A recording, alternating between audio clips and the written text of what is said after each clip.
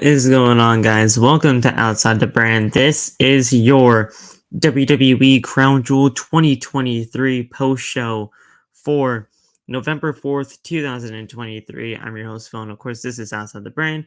Thank you so much for joining us right here on your Saturday evenings, wherever you may be. WWE Crown Jewel 2023 wrapped up just a few hours ago, and I was just, not contemplating about doing a review for this show tonight because we are definitely going to be doing a review for the show. I was just sitting here gathering my thoughts about the WWE PLE that we just saw from Saudi Arabia today. And Laf, all I can say is this was just business as usual. I mean, we kind of just saw a show that it wasn't a bad show by any means, but with the matches that happened today, it just felt like a business as usual show. Nothing too totally spectacular happened, but overall, a very solid show on the matches that took place. And we did have a return in Kairi Sane that kind of felt a little flat, but has a lot more promise to it than what people are probably going to be putting it out as. Yeah, I mean, I think the stuff with this show, I think what we expected was a B level show, Yeah, and I think we got a B level show. I think with this right. show, there was like little small stuff that made me happy, like um, Sami Zayn winning with the Blue Thunder Bomb. Yes, That made me happy because me loved and it. you have talked about that for multiple We have months. talked about the Huluva kick going into the Blue Thunder Bomb for Yeah, months, and that's exactly how it should have been all along. that was nice to see. Kyrie came out, and I don't care that the crowd didn't care. I was screaming. I loved it. That was Yeah. great. Yes. It's great to see her. She's as cool as she always is. That elbow is insane. I don't give a shit who anybody tells me otherwise. She has the best elbow, honestly, in the entire business. She's crazy.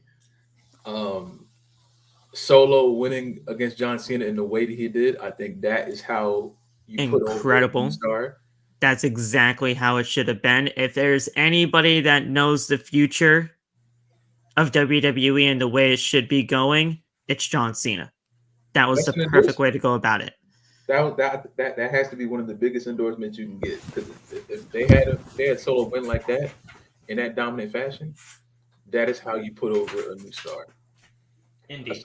I saw a whole bunch of terrible narratives trying to call Cena a jobber and all kind of stuff, and I'm like, this is how you can't. As much as I love John Cena, you cannot keep putting the people of our past over the people who are our future. Austin Theory, Sola Sikoa, Grayson Waller. That's why I really wasn't a fan of the whole Miz segment earlier, but that Yeah. happens. Um, Yeah. the small things like that to me, Solo winning like that was a small thing. In theory, it's a really big thing, but to me, it was small because not only did we see Cena offense, which I did not expect to see Cena have like I didn't expect him to be fighting back. I expected it to be like him just selling the entire match. To see him fighting back was the best offense I've seen from him since probably the Roman match, maybe. You know what I'm saying? Yeah. Um, but even that, Solo went out there and he looked like a monster, and that's how you build onto your future. That's how I imagine whenever Cena does retire. I don't want to talk about that. I'm crying, but whenever he does, I assume he'll be the person that goes out on his back. You Yeah. know, because it seems like he respects the new generation. He's a selfless man at the Yeah, end of the day.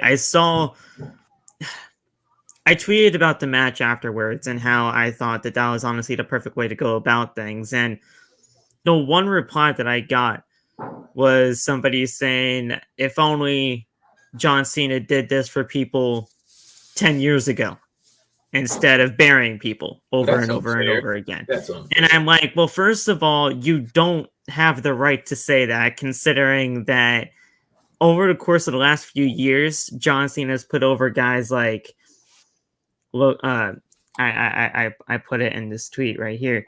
Let me get it out real quick because I still have it up because obviously the guy deleted the tweet after I kind of mentioned that, and I was like, see, you don't know what you're really talking about at that point, because over the last couple of years, the man has put over guys like Solo Sikoa, Austin Theory, Roman Reigns, Bray Wyatt, and Seth Rollins. Those names we all know now are huge names within this business. Obviously, the three names are Roman Reigns, Bray Wyatt, and Seth Rollins. I mean, those go basically unprecedented, RIP Bray, but the two future names in that list of Solo Sikoa and Austin Theory, they're made men because of what John Cena did for them. And now it's going to be something further down the line. He's a selfless man, and he knows the future when he sees it. Yeah, that was the thing that like surprised me the most. It was like the match was cool, and then it just turned into, all right, we're gonna make this guy, we're gonna separate himself, and that's what I've been waiting for since, because he was great in NXT, and then he came to main roster. They stopped letting him talk. He became more so just helping Roman, and not him being as good as he already is. You know what I'm saying? So hopefully this is the beginning of just telling Solo's side of the story. Literally him speaking more, because he can talk. It's not like he's a mute. We've seen him talk in NXT, and he wasn't bad at all. So it's just like, now I hope this is a step in the right direction. I hope they don't just go back to him being mute on Friday, you know? Yeah. So, I mean, right then and there, I thought that match went completely in the right way that it should have. Logan Paul is the new United States champion. We both basically saw that coming. Yeah. And now we just have to see what Logan Paul does throughout this United States Championship reign. People are happy about it. People are not so happy about it. At the end of the day, whatever kind of side of the spectrum you're going to be on, Logan Paul is going to bring eyes to the WWE and to that United States Championship. There could be some sort of like prime energy bottle, mentioned with the United States Championship on it or something of the nature. I don't know what's going to be happening when it comes to that kind of a deal, but Logan Paul being the United States champion, it was inevitable, and he's going to be the United States champion for the time being. Yeah, the match went exactly the way I expected. I enjoyed it. So I mean, I hope that he can do more than what Ray did. Because as much as I love Ray, obviously more than I love Logan, Ray didn't do anything with the belt. He just had it. You know what I'm saying? I really don't think he needed to have it. He just had it because it seemed like they were going to do some Santos stuff, and then they kind of stopped, and then they kind of started again tonight. I don't know what they're trying to do with that, but maybe they realized that the Santos and Ray feud doesn't really need a championship if they're going to feud them. Again, we got Carlito and Bob on Friday, so that could be somehow they could tie that in. I'm not really sure, but as long as Logan shows up, as long as he doesn't become Roman Reigns 2.0, because that's going to be a huge, huge hit if Roman and Logan are not on the show and they're both champions. So we'll see what happens. I'm willing to give him a chance. Yeah. Io Sky, thankfully, retained the WWE Women's Championship in that singles match against Bianca Belair. And I say thankfully, and guys, I am not hating on Bianca Belair when I say this. She just didn't need the championship. She didn't need a championship now. They didn't really need to do anything when it comes down to that. And Io Sky retaining the championship was 100% the correct decision. Now, the whole caveat in all of this was the return of Kairi Sane. You guys see her in the into the title of the video and everything like that. Kairi Sane has returned to the WWE. The crowd could not give two shits. But I don't give a shit. that they didn't give two shits, because I absolutely love Kairi Sane, and she is back, and it's going to be awesome. The last time we saw Kairi Sane, thanks to Michael Cole being so knowledgeable about things past WWE, the last time we saw Kairi Sane was when she was driven out of WWE by Bayley. So the fact that she was driven out by Bayley and the whole damage control and Kairi Sane kind of aspect getting to Io Sky, that's going to be something to look forward to on the Blue brand itself, because that's an interesting dynamic. What is Kairi Sane going to be doing to either thwart Io Sky to be on her side, or what else do they have in store? That's going to be absolutely awesome to witness on Friday Night SmackDown. We're getting long-term booking, man. That's crazy. It's great. It's great. They finally figured out how to do that. We've been asking for that for I don't know how long. So it's awesome. But only thing I was worried about is it's the same thing I was worried about with the Hurt Business, about them adding every other black person they saw on the show. I saw that they wanted to try to bring Asuka into it and then try to bring back Saray, because they released Saray for no reason, by the way. They are, in fact, looking to bring back Saray from Sean Ross Sapp. So now listen, would that be an insane? If we're getting a faction between those three, that would be really cool. But it has to go the right way. If Asuka, Io, Kairi, and maybe Saray are a faction, that would be ridiculous. That's Stardom written all over it. They would run through everybody. Stardom, yeah. They would absolutely run through everybody. I just don't want them to just be like, all right, every Asian woman from Stardom, we're going to put you in this stable, and then not put any creative direction into it.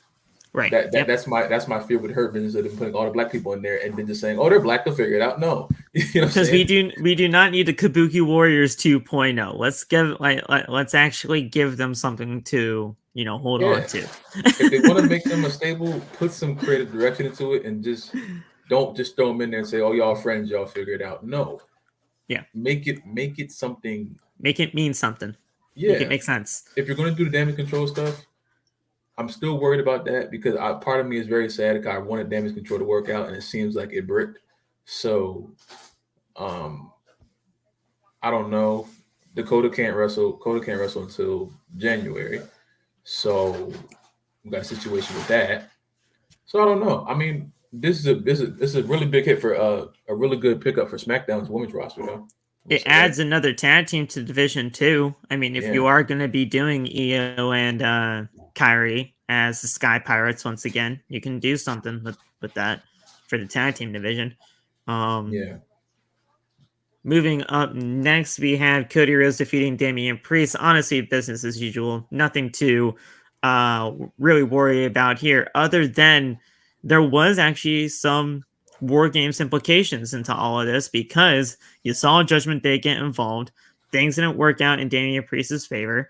And with Jey Uso coming to the aid of Cody Rhodes, along with Sami Zayn taking the briefcase from Damian Priest from earlier on in the night, there you go. You got two people along with Cody Rhodes right there. That's 3 against the 5. You just need to add 2 more to the babyface side of things, and you got yourself your War Games match. Yeah. So it's business as usual when it comes to that. Yeah, that was. It wasn't a bad match. I just figured out what was going down halfway through. So that match actually kind of woke up the crowd a little bit because of Cody Rhodes' entrance and everything like that. It worked out the way that it kind of needed to. And then obviously the main event. We all know the main event. The main event was really good. It just was predictable in the sense that it's the ending that we're always going to be seeing. Mm-hmm. Roman, he retained due to bloodline interference. Many people, and I don't understand where you guys are coming from with this, because the referee did not count to 3 with LA Knight. LA Knight hit the BFT, and when and Jimmy Uso wasn't late on the rope break either. He wasn't late. The referee did not count to 3. The crowd counted 1 when the referee was sliding in. Mm-hmm. That threw me off too. So they said 1 when he was sliding in, and then 2, 3 when the referee was only at a 2 count there, and people got confused as all hell. I thought he won knew for a what second. happened. I knew what happened, but everybody was so confused, and I was like, guys, he did not count to 3. He did not get screwed. At that point, I was only a guy. My phone was in my pocket. I was just listening to it. So I heard 3. I'm like, 3. I look at the phone. I'm like, oh, I never saw it. I still didn't see it yet. I just heard 3. I was like, there's no way. When you see it, you'll know what I'm talking about. The referee was sliding in, and the crowd counted 1 as he was sliding in. So they thought that one time he actually, slid in, that counted. It didn't. It was a 2 count. It was a normal 2 count. The crowd just messed up a little bit, which got everybody so confused. But yeah, it was a good match for what it was. LA Knight, the whole test, he passed with flying colors. LA Knight has been perfectly fine throughout this entire thing. The thing that WWE needed to do in order to make sure that WWE just did not mess up with LA Knight's momentum was to make him look strong in defeat. They did, yes, but they also didn't in some ways, because you have to make sure that with LA Knight, you have to continue on this train with him. And throughout that entire thing, that ending screamed to me that Roman should be in War Games. But with Roman Reigns not being scheduled for Survivor Series right now, that ain't gonna happen. So it is what it is. But that whole ending screamed to me that he should be in War Games. It just most likely won't happen. Man, that man is not showing up in November. He ain't showing up. He is not showing up in Chicago. Did you hear the CM Punk chants? Oh my god, yeah. And everybody was saying that the crowd was disrespectful to both men for doing the CM Punk chants, which, I mean, look, I don't even know how what does he have to do with this? I was so confused. It was like 5 minutes into the match. Roman was like doing like a rep hold. I'm like, they were chanting CM Punk. They were chanting "You can't wrestle" to Roman Reigns. They were chanting "asshole" to Roman Reigns. They were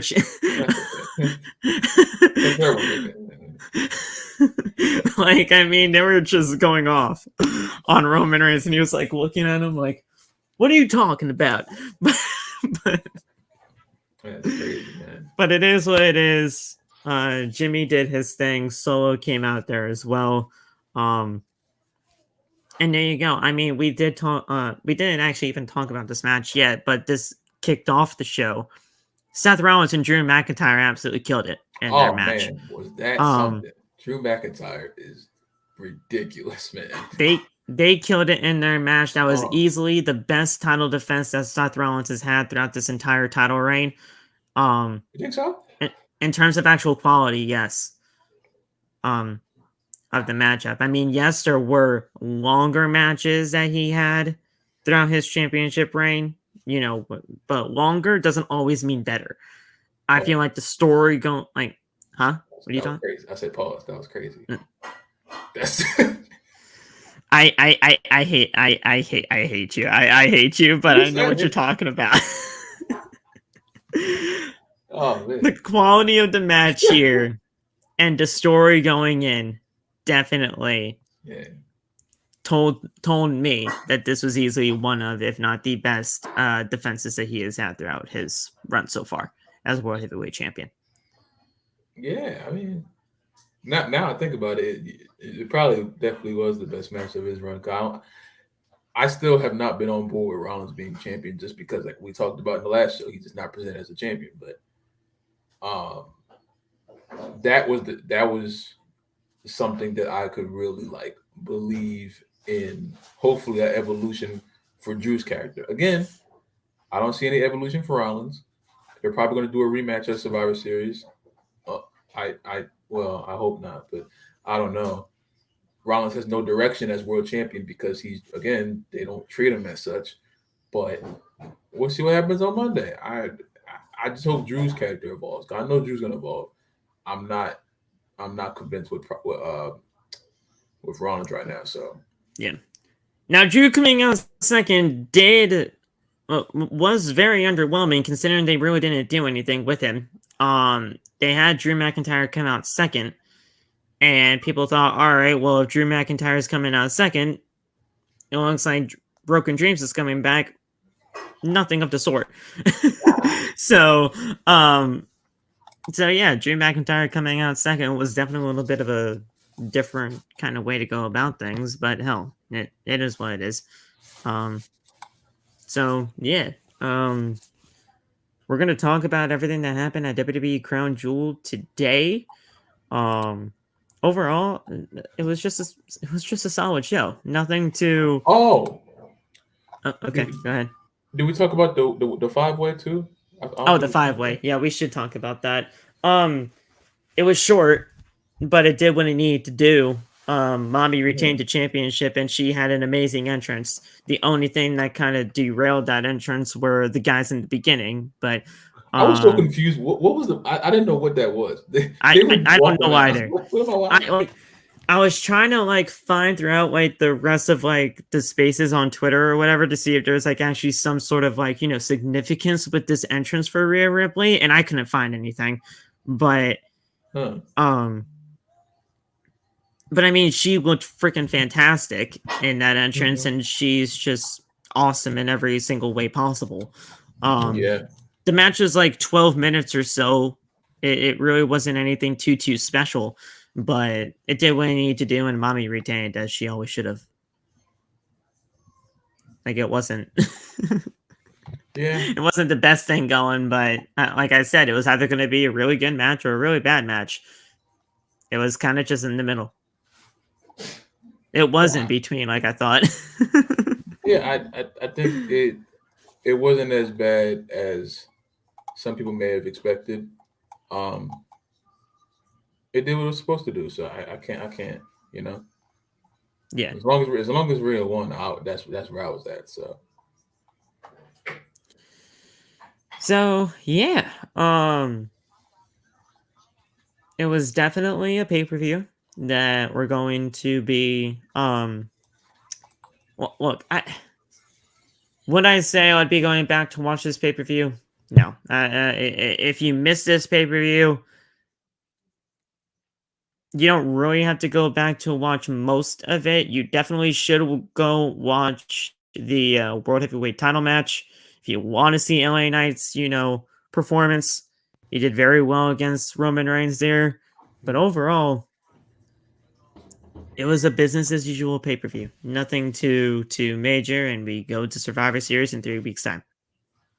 That's going to be a show that I'm expecting some stuff to go down. Tonight was just... Survivor Series to me is usually where the road to WrestleMania truly begins. Yeah, sure, they say Royal Rumble is the start, but Survivor Series, this is going to be a big one. So this one is really going to be determining Rumbles, determining Mania stuff for sure. Maybe pop too? They bought the Ozzy Osbourne song back. I love that song. War Pigs. Yeah. I love that song. I didn't expect to hear. I thought they're going to change it. That, and I don't know what matches. I think it had to be before the main event or in between the co-main event. But they did a commercial for the WWE Experience, but it's only in Saudi Arabia. I thought they were releasing a theme park, and I almost jumped out of my chair. But it's just it's only for Saudi Arabia. It's only for Saudi Arabia. So I was like, all right, I figured it was because it was the same font as Crown Jewel. So I was like, please don't. I thought they were about to drop something crazy on me, but they didn't do it. So I don't know what it is, but. Yeah, Ozzy Osbourne and War Pigs, that just has to be the theme song for War Games moving forward. That song just fits it so well, and it makes all the sense in the world for that song to be the theme song for War Games. when that shit actually plays on the rock station during work, I automatically think War Games, and sometimes they actually scream it out loud. And they're like, "Phil, you okay?" I'm like, "Yep, don't worry about it." That's crazy. I gotta add that song. I freaking love that song. They kept playing it when we were waiting for the press conference last year. Yeah, It kept going in the loop. it just looped around. But yeah. They on Discord waiting for the show to start. And I was like, the first 30 seconds of the song kept playing. That was, oh man. War Games. Where's Regal at? Is he there? He should be actually able to come back like very soon, because it's definitely been it's definitely at least almost been a year since he's been not released from AEW, but I mean, since he left AEW almost a year ago, he definitely should be able to come back. There's only one person that should be announcing War Games, and that is William Regal. So if you're going to be able to get him throughout these next 3 weeks, get it to happen. For real. At least give me a commercial or something. I don't know. Do something. You can at least have him record the opening package for Survivor Series. Do something. Yeah. But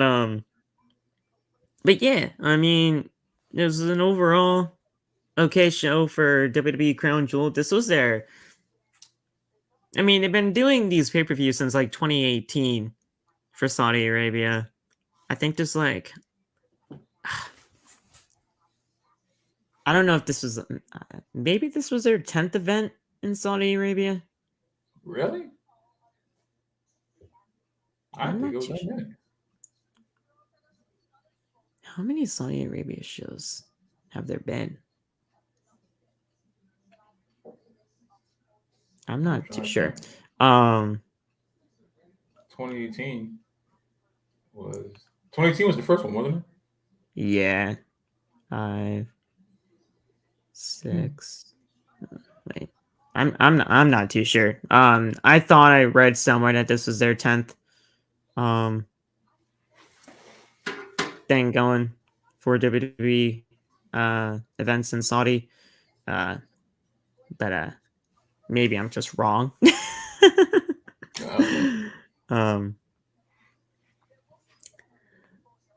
4, 5, 6,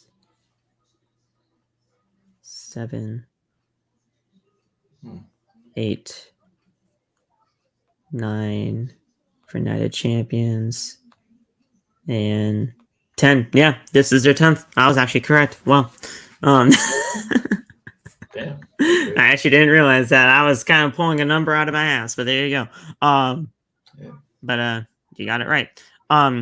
Who's going to be on the War Games team for the men and women? So we will talk about that when we get to Cody Rhodes and Damian Priest, because I definitely want to talk about that.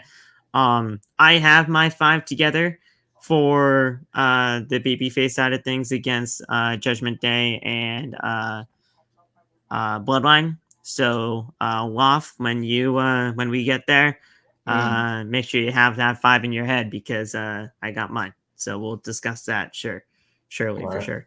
So we're gonna be talking. Well, I mean, the babyface side of things, that's really what you kind of got to be thinking about, because the heel side is Judgment Day and Bloodline. That's basically it. Now, for women, I got no clue. Yeah, that's what I was thinking about more. I know how the men's gonna go. The men's, that one's kind of easy to go through. Women's, I got no clue. We don't even know if women's is actually gonna have a War Games, because the last time we heard, they only have the men's penciled in so far. I hope the women have one. I don't know. So we'll definitely see. But guys, we're going to be talking about everything that happened at Crown Jewel today for the review. So thank you guys so much for joining us right here on OTB. Hit the like button, turn on the bell for all notifications, subscribe to the channel if you guys are new. If you guys are also new and you want to join the channel today, join the channel, and you get a link to the OTB Discord, where we have tons of channels for you guys to discuss Monday Night Raw, Friday Night SmackDown, AEW Dynamite, AEW Collision, which happened tonight. It's actually still happening right now. I didn't really give a shit. I looked at the card, not too excited about it all. We're just going to be talking all things pro wrestling in that Discord server. It's a lot of fun over there. And you guys can join the channel today and become a member and get into that OTB Discord. Follow us on social media. My handles are at PhillyMatt_ on TikTok, Twitter, and Instagram. You guys can also follow Loft on basically anywhere at Loft Not Famous. And go get the merch. Tana's merchandise. We have merchandise. We do have merchandise. And you guys can go down there into the description below and get yourself some merchandise today. Go get yourself an OTP hoodie, y'all, because it's cold outside now. And it's cold, and you get and it gets cold, and you guys need some hoodies to keep yourself warm out there. So go get the OTB hoodie and just rep OTB wherever you may go. And also go down into the link in the description for the WWE Shop affiliate link. It's my personal link, but anything that I get from the link, or if you get from the link, there's a small commission. It gets directly sent to me, but I put it right back into the channel. That way we can continue making content for you guys. And it's going to be awesome, guys. Thank you so much for joining us right here on OTB. Let's talk WWE Crown Jewel 2023 right here on the post-show review. We kick things off. Let's talk about the we don't have to spend too much time on it. Sami Zayn defeated JD McDonagh in the pre-show match. Honestly, not bad. Not bad whatsoever. About a 10-minute matchup here between Sami Zayn and JD McDonagh. JD McDonagh sells his ass off to basically, just make anybody look good. Sami Zayn being in front of the Saudi Arabian crowd, it's just an amazing thing to see. I am just super proud of Sami Zayn. Honestly, just embracing the whole Saudi Arabian crowd and just, allowing himself to just be who he is in front of that crowd. He's like an idol to that crowd. Sami Zayn is to the Saudi Arabian crowd. And it's just an amazing thing to see. Sami Zayn got the win with the hula kick into the Blue Thunder Bomb. And it was just a very short, sweet, to the point, 10-minute matchup. Good way to kick off WWE Crown Jewel. Nothing too much to be complaining about right there. Sami Zayn getting the dub is always the best thing to go about things. So, nothing to really harp on over there. It was always going to be a good match when it comes down to Sami Zayn. So, Waff isn't here. Otherwise, I would be asking him what he thought. So when he gets back, I'll ask him what he thought about Sami Zayn and JD McDonagh. What do we got in this chat right now? We got Tony up in here. We got Billy. We got Ken. We got Corbin. Look at that. We got Ian. We got Deontay. Good stuff, guys. Thank you, guys, for joining us. And Bridget. Look at that, Bridget. Yeah. I don't know where Love went.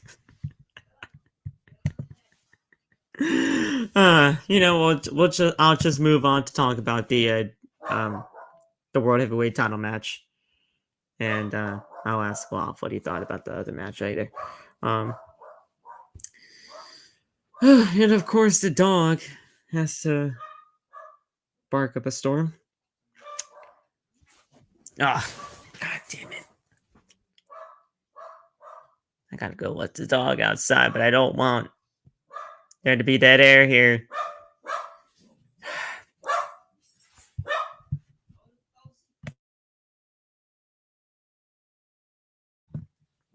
Hold on, guys. I'll be right back.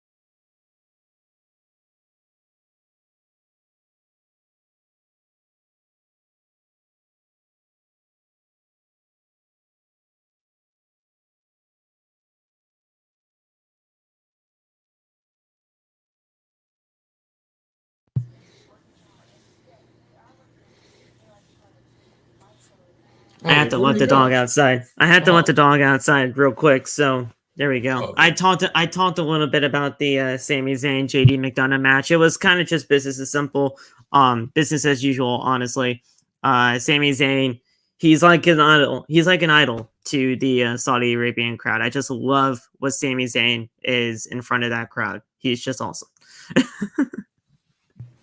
It's something I never really expected, but it's such a really good thing. So I just feel so happy for him being in that environment, you know? Yeah.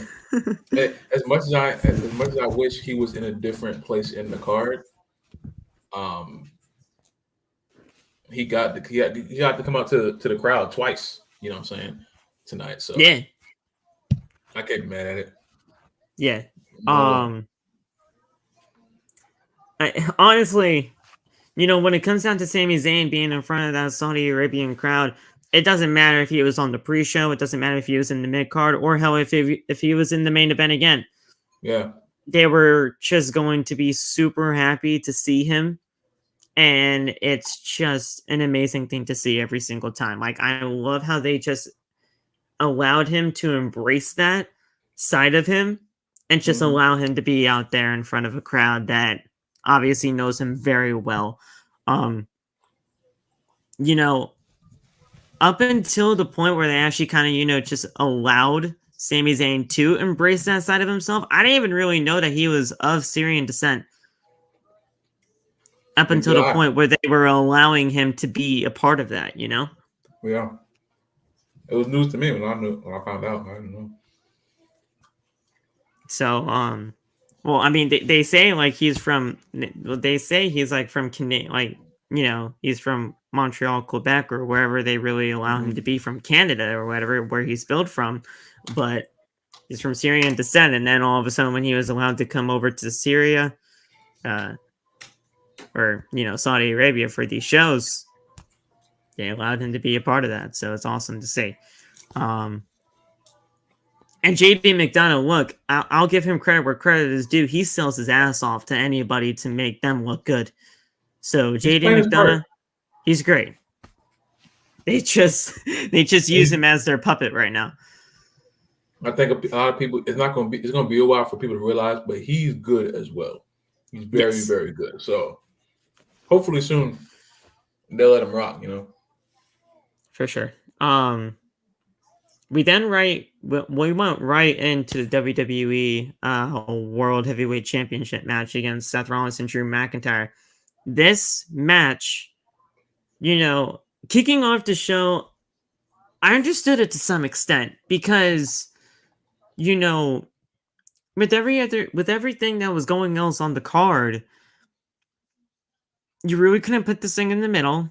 You know Roman Reigns is going to be main eventing. So kicking off the show with this wasn't really that bad of an idea. And honestly, it kind of worked out in his favor because of what happened after the match with Damian Priest and Sami Zayn and how that kind of thing worked out with the Money in the Bank briefcase. So it worked out in the end. Yeah, I think the ending doesn't go the way it went unless you have this match start off. Right. So yeah, it wasn't really something where it's like, oh, why to start off? I would hope that this. Well, I mean, I think I also could have been okay with Cody and Damian starting too, because then you could have still done the same angle. It's just, it would have bled right in, yeah. with Sami out there earlier. He could have taken the Money in the Bank briefcase, but But I if think I'm Drew, happy you had Cody come out and it woke the crowd up halfway through the show. yeah, So if you had him come out beginning and then the crowd's up here and then they slowly go down, that's not good. right. So Yeah, so I mean, I thought this was honestly a really good way to kick off the show, and this was a really, really solid match between the two. Like, Seth Rollins is easily one of the best pro wrestlers that they got on that roster. So is Drew McIntyre. You put these two together in the ring, together in a ring, is going to create some magic with each other. And these two put out one of the best world heavyweight title defenses that Seth has had throughout this run. absolutely. Especially with the story going in, you had everything going for you. You just have to put everything together. Now Seth retained the title here. Drew goes for another Claymore, but Seth with a kick to the side ahead. Drew goes for another Claymore once again, but Seth moved out of the way, and he hit him with a pedigree, followed by the stomp, 1, 2, 3, and that got the job done as he retained the World Heavyweight Championship. And it was very, very good up until that point, up until the Judgment Day's music hits, and we saw Damian Priest come down with the referee and the briefcase. He told the referee that he was going to cash in the Money in the Bank briefcase and take that title from him here when he least expected it. And then somebody wearing a black hoodie came out and attacked Damian Priest and from behind, and he threw him into the ring post, revealed to be Sami Zayn. And he grabbed the Money in the Bank briefcase and he just ran with it. He ran away so quickly. The Saudi Arabian crowd were all hovering around him. And I was like, guys, look, I know you love the guy, but you gotta let him do what he needs to do, run away. Yeah. And they were obviously allowing him to do that, and they were able to do what they needed to do. But he has possession of the Money in the Bank briefcase now. People were asking me, Phil, does that mean he can just cash in now, Sami Zayn? No, Yes. he can't. Oh. At least I don't think so. I mean, I don't think that's how it works, but I don't. Maybe the rules changed. I don't know. But regardless, Sami Zayn now has possession of the Money in the Bank briefcase. What do you think is going to happen here? Because obviously this is going to lead into everything War Games situation, but things are happening right now. We don't know what's going to happen. The only thing I thought about when I saw this is the terrible Corbin and Shinsuke thing when they were fighting over the crown. Well, that's what I was thinking. Yeah, I mean, we had this kind of thing before happen. Yeah. Don't do that anymore. It's like, I'm scared they're going to do that again. And not please don't. Is there any way, shape, or form that Sami Zayn ultimately beats a Damian Priest somehow to win the Money in the Bank briefcase? There's always Is that what they're setting this up here for? There's always a chance. For Damian Priest's sake, I hope it's not true. But when there's a will, there's a way. And Triple H always finds that WWE always finds a way to do something stupid. So anything is possible at this point. I don't know. I mean, they did the same thing with the Miz and Otis. Remember when Otis won Money in the Bank, and then the thing with the Miz? So I mean, they've done this thing before. It's just a matter of what the hell they're trying to do. They've only done it in this new era, and to me, it's never worked. Ever. No. Yeah. It just seems stupid, I don't know why you would have Sami Zayn become Mr. Money Bank while you have a face champion on your show, and you can go for the heel champion, but one, he's not on your show, and two, he's not on his show. Right. He's not on anybody's show, so you can't do anything about that, you know? So hopefully it doesn't come into that. I don't want that to happen. I'll be right back. I gotta let the dog in. You can talk about either what happened a little bit after with Drew McIntyre and Rhea Ripley, or you can go right into the Rhea Ripley World Heavyweight Title 5-way match. I'll be right back. Let me think from that. I mean, well, yeah, y'all saw freaking Rhea look at Drew like a little "I told you so" thing. I don't want Drew McIntyre to join the Judgment Day. They might do it. Please don't. I don't. I see what they're trying to do. Like, oh, you should have listened to me. No, don't. Please don't, because it seems like a bad idea. I think Drew McIntyre's heel turn can be done without the help of the Judgment Day. Plus, like we've been talking about, the Judgment Day are extremely overexposed, and I do not think Drew needs to be a part of that. You know what I'm saying? Does he need something? Yes, but I think he's building to something that is his own. You add Judgment Day to it, and now all the predetermined hate that people have toward Judgment Day, now it's going to carry over to Drew. I don't think Drew should ever be in a stable. I think the only stable he should be in is 3MB, because he's in a 3-man band. But any other kind of stable? No. Everything else is done. So hopefully that's not gonna happen. As far as the 5-way goes, I ain't gonna cap. It wasn't, like I said, it wasn't as bad as a lot of people expected it to be. Everyone got their shit in for the most part. I expected Zoe to get pinned. I think Shayna got pinned. I love that 3-person submission that Shayna had, and that was freaking crazy. Part of me just wanted to have all of them just tap at once, and I would have been perfectly fine with Shayna winning like that. But thankfully, Nia Jax didn't win, because I did not. Every time Nia Jax is in the ring, I just think that they're going to put her over. That they're going to put her over everyone. Thank the Lord they didn't do that, because I'm already mad because they took away my freaking favorite theme song of all time, and now she's like most girls, or whatever the theme song says now. The theme song is trash. I'm already uninvested. I still think Rhea, I just combine her names. I think Rhea and Nia are going to have a rematch in the future, because I think they haven't given Nia her fair shake yet, and I know they're going to want to give her fair shake. So I think either I think Raquel or Shayna picked Nia completely up, and they acted like it was Hulk Hogan and Andre Giant. Oh yeah. I mean, they're like, oh, and it's like, bro.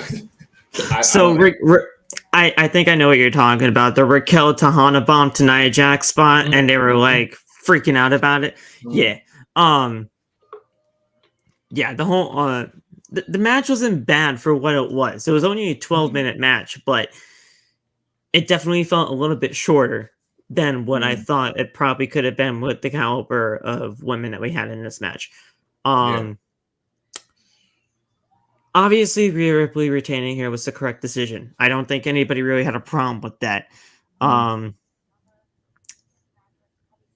everybody kind of did their spots well. I mean, it wasn't really anything to really, cry home about. It was just a fatal 5-way that was just there to have fun with, I guess. I'm not really too sure how to really break down this match, other than it was just there. The coolest spot, I told him already, the coldest spot was the 3-person submission that Shayna had. That was the coolest thing ever. That was really good. She's a freaking tank, which I'm kind of mad she got pinned. But yeah, I definitely think either Zoe or Nia should have gotten pinned. I'm just scared of who's going to be the next feud. I know it's going to be someone out of those 5. I know they're not going to just push those 5 to the side. I kind of hope they do, but I'm pretty sure they won't. So, I mean, I feel like they're going to go immediately on Monday, and Nia Jax say, you didn't pin me, and then we'll have a match against her at Survivor Series or somewhere before then. But I think that this is I don't know where this is leading. I don't know where this is leading. I don't know where Becky Lynch is going. That's also a fear of mine. She's looming, and they just throw her in stuff. So, and they said Liv is coming back to TV soon.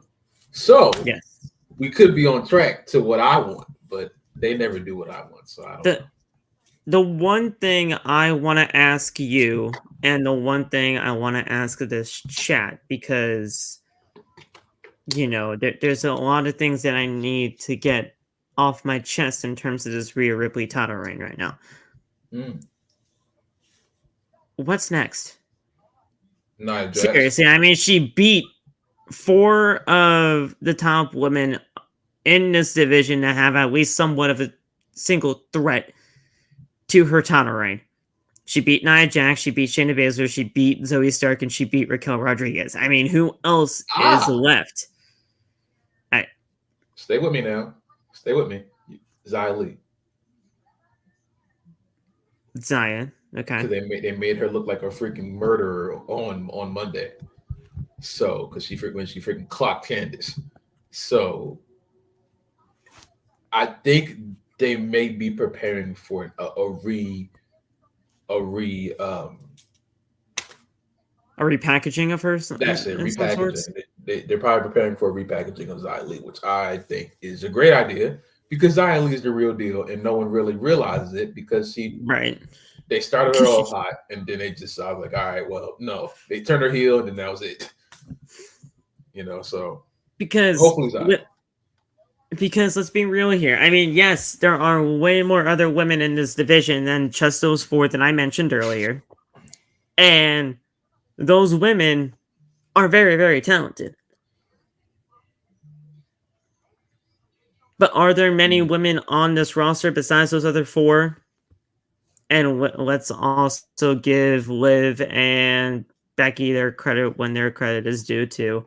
Other than those women that we mentioned here, are there any other women that is honestly going to be not credible enough, but feasible enough to go up against Rhea Ripley and be a threat to her title reign? Not much. So really the 3 people left for Rhea to go after are Xia Li, Liv Morgan whenever she comes back, and Becky Lynch. Those are really the 3. And then there's Jade, obviously, but Jade, she's still up in the air right now. I mean, yes, she will most likely be on the Monday Night Raw roster, but we don't know when she's going to be here. So, it's very, very up in the air right now when it comes to Rhea Ripley's title reign. What is next? Because at this point in time, there's not much left for her to do. They may pull. I ain't gonna lie. They may just pull the Jade trigger too, because they can just pull that whenever they want. Yeah, they can. They can just do whenever. They may just pull that on Monday, because it kind of seems like it's like a 95% chance she ends up on Raw. Honestly, I can honestly see her debut in some way, shape, or form at Survivor Series. Yeah, that it's either going to happen at Survivor Series or the Rumble. I can see it be that quick. Bro, Raw needs to have Jade, because if SmackDown gets Jade too, they're gonna have a problem, because Kairi's on SmackDown now, Jade's on SmackDown, Bianca's back, Charlotte's still there. With Kairi returning tonight and most likely going to SmackDown, they need somebody on Raw, and that could be Jade. Yeah, Jade can be their draw. Jade can definitely be their draw, but like Corbin is saying, I believe me and Phil agree with this, that we both wanted to go to NXT. I want her in that breakout tournament, but that didn't happen. That's it was very up and down the way that they could have went with that. But I mean, hell, it could have been something for her to do. I just don't. I don't want her to just be thrown in front of Rhea on Monday and then no one cared, because first of all, you've been building up Jade. Okay, cool. The crowd reacts to her when she walks out the car. Oh my God, you know what I'm saying? We know who she is. They may not know. And the only thing I think of is when they had Candice LeRae come back and the crowd went mute. And it's like, because Exactly. obviously they're putting more production into Jade before she comes out than they did Candice. But I do not want them to just throw her in front of Rhea because now she has to win. Yeah, if you're going after Rhea You know? Ripley, basically right away, she has to win. Yeah, and then that puts Rhea And in a weird spot. That puts Jade in the spot. Like, all right, you have to do this now. And then how long is Jade champion? What do you do with that now? And it gets NXT. You have an open book. yeah, An open book. SmackDown, you don't have that book because now EO and Kairi probably is doing their own thing. And Io, Jade can't Kairi, stop that. Bailey, Bianca, Charlotte. I mean, Yeah. dude, you have all that star power over there on Friday Night SmackDown, and there's not really much room for Jade to go up. Actually, she has a very long ladder to try to climb up, and that's just not feasible right now. So Raw is the best destination. It's just, well, in terms of main roster, but it's just a matter of how you're going to get there. You put Jade on Raw. The only thing people are going to want to invest their time into is Jade and Rhea. Jade and Rhea, you could do Jade and Becky. There are some people for her to face there. It's just that's the thing. But thing is, she has to. That's the way they present it. She has to beat all of them. You got to start off strong if you're going on Monday Night Raw. Yes. And God forbid she messes up a move or she's stutters on a promo. Those eyes, man, they're on her. They are on her. So if she does not perform in the way that people want her to, yeah, so I'm saying you'll be the safest you can be on NXT. Shawn Michaels will develop her character. He'll find something. He's done it for literally everybody else. Anybody. You can literally name any woman on that roster. He has been able to hit their place. And if he hasn't, it's because I'll even give it to JC Jane. JC Jane. JC Jane, who I really didn't think was going to be anything outside of Toxic Attraction, she found her place. They made it work. I don't like her that much either, but they made it work. I'll give it to JC Jane. I don't know who's back there with Shawn or Shawn's doing it alone, but he's finding a way to make everyone on that roster worth something from 8 to 10. Like Corbin just said, I care about Von Wagner now. That's ridiculous. I never thought I would say that.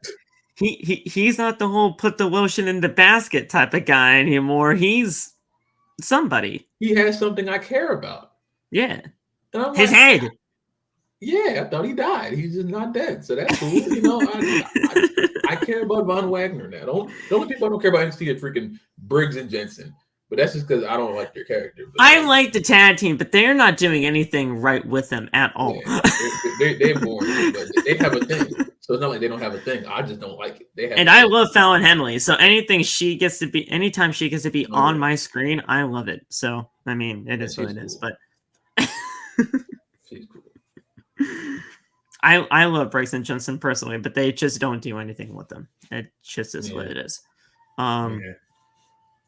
But yeah, I mean, look, they'll be able to figure something out. It's just they got to figure out what they need to be doing with Rhea Ripley moving forward.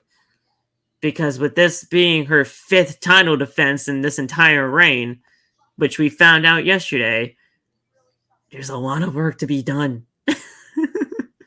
They got to clean some stuff up. And again, you just... Yeah, I think the show should start if they're going to start off with something Judgment Day, because Monday Night Judgment Day, they got to do that. Oh, they're starting off the show. You know that, right? Of course. Rhea needs to start off the show alone and make a mission statement to every woman in that back. None of y'all messing with me.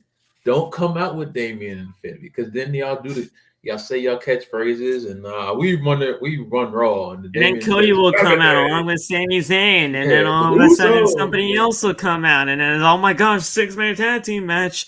No, they might do Damian versus Cody again, because main event. Damian and Cody again. Give them a second chance. Oh wait, Sami's here. Somebody else. Damian. Oh my, compelling television, man. It's crazy. Can't miss that. They gotta start something new, dude. Come on. Can't miss Raw. greatness. It feels Monday like Night everyone. Judgment Day. I love the Judgment Day, but I can't stand them every single night, man. If any group is overexposed, it's Judgment Day. Don't give me that shit. One day we're gonna have a conversation if Shawn Michaels was ahead of this main roster. Oh my I love god, Triple yeah. H, but he has a pattern right now, and his pattern is scaring me. His booking is just predictable. And it's not like predictable is a bad thing, but you gotta do something more. Thing is, he can do whatever he wants, kind of, because I don't think you're never gonna get as bad as the night after WrestleMania. As Vince. You're not going to get as bad as Vince or that night after WrestleMania. That's my low point, because that was one of the angriest I've been. That and the night when Nikki Ash cashed in on Charlotte. Those bad. 2 nights, yes. I lost my mind watching Raw. So yes. Triple H hasn't had a Raw like that yet. I don't think. No, I mean he's had some bad Raws. Don't get me wrong, but absolutely. I mean it's not. He's had egregious. Some exact. That's the word.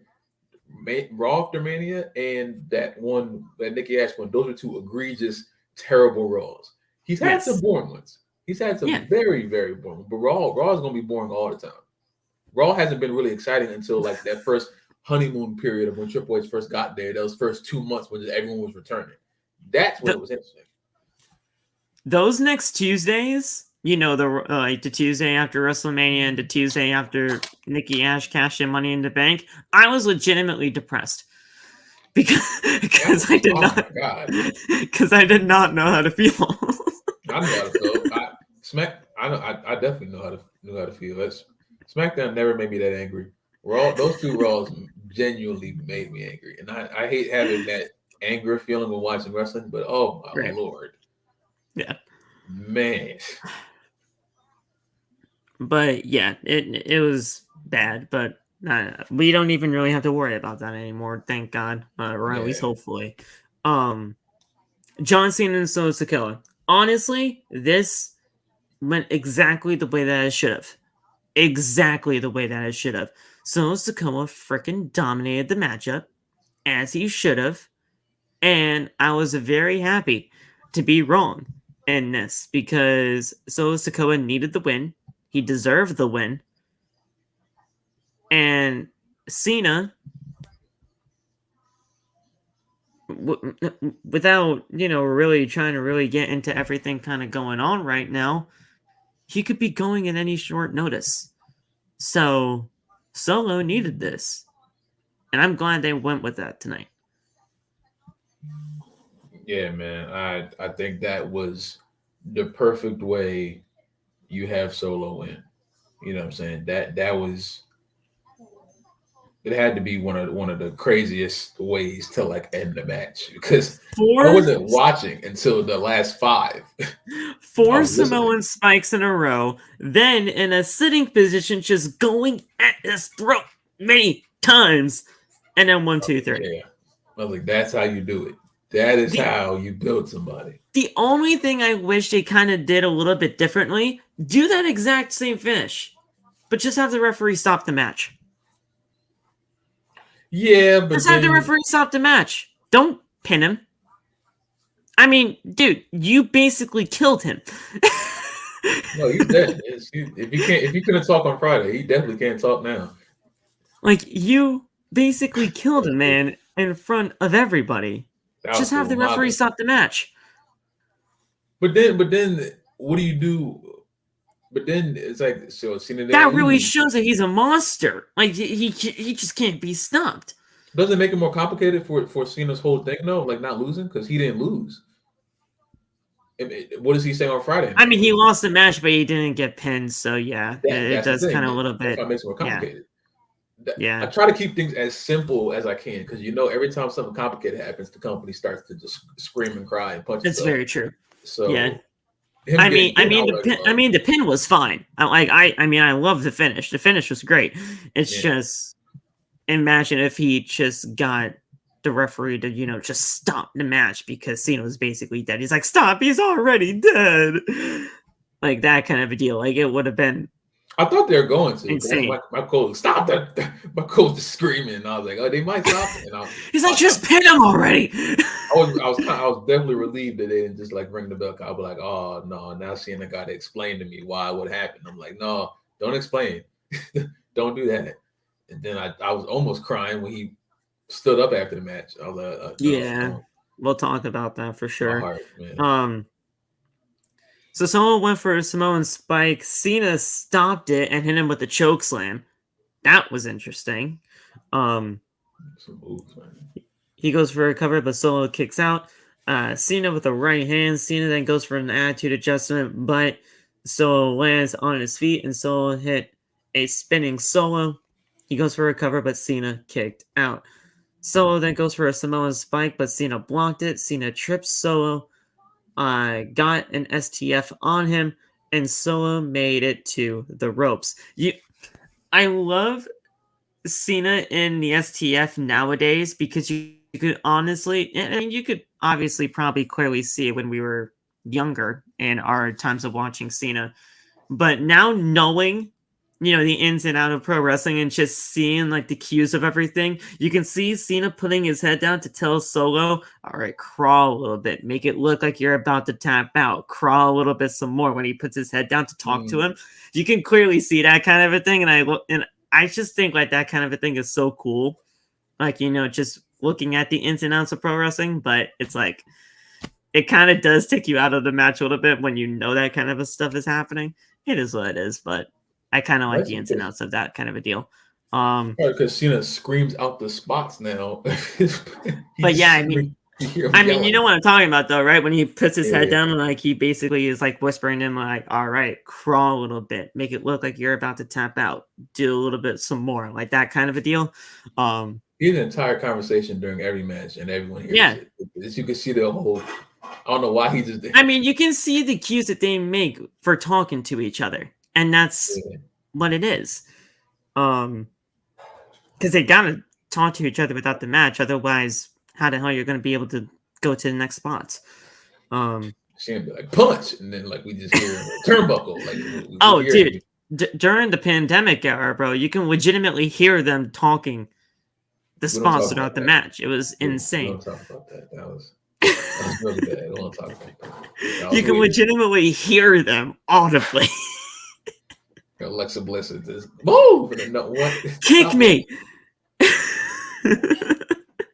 Charlotte does it too now. Charlotte does it a lot too. She screams it. You hear all of the moves.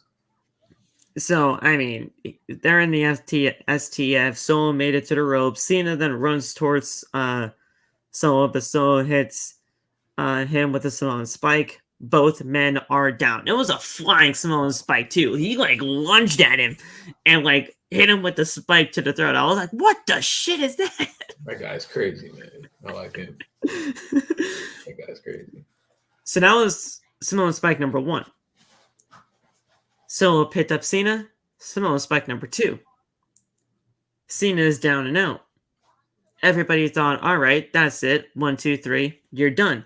No, he picks him up again. Samoan spike number 3.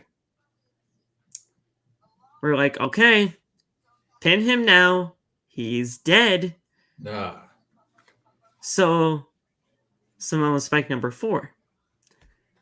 At this point, Michael Cole was just absolutely pissed off. He was like, pin the man already. Nah, man, he's not dead yet. He ain't dead yet. So what does he do? He picks him up in a sitting position and goes at his throat with the knife. That's what I'm talking about. You gotta kill him dead. You gotta do it. And everybody is just screaming at this point. It's like, pin the fucker. I thought I'd be sad. I was sitting there for the. I was so happy. I was waiting for him to put a new star over. So I didn't care what he did. I didn't care what he did to Cena.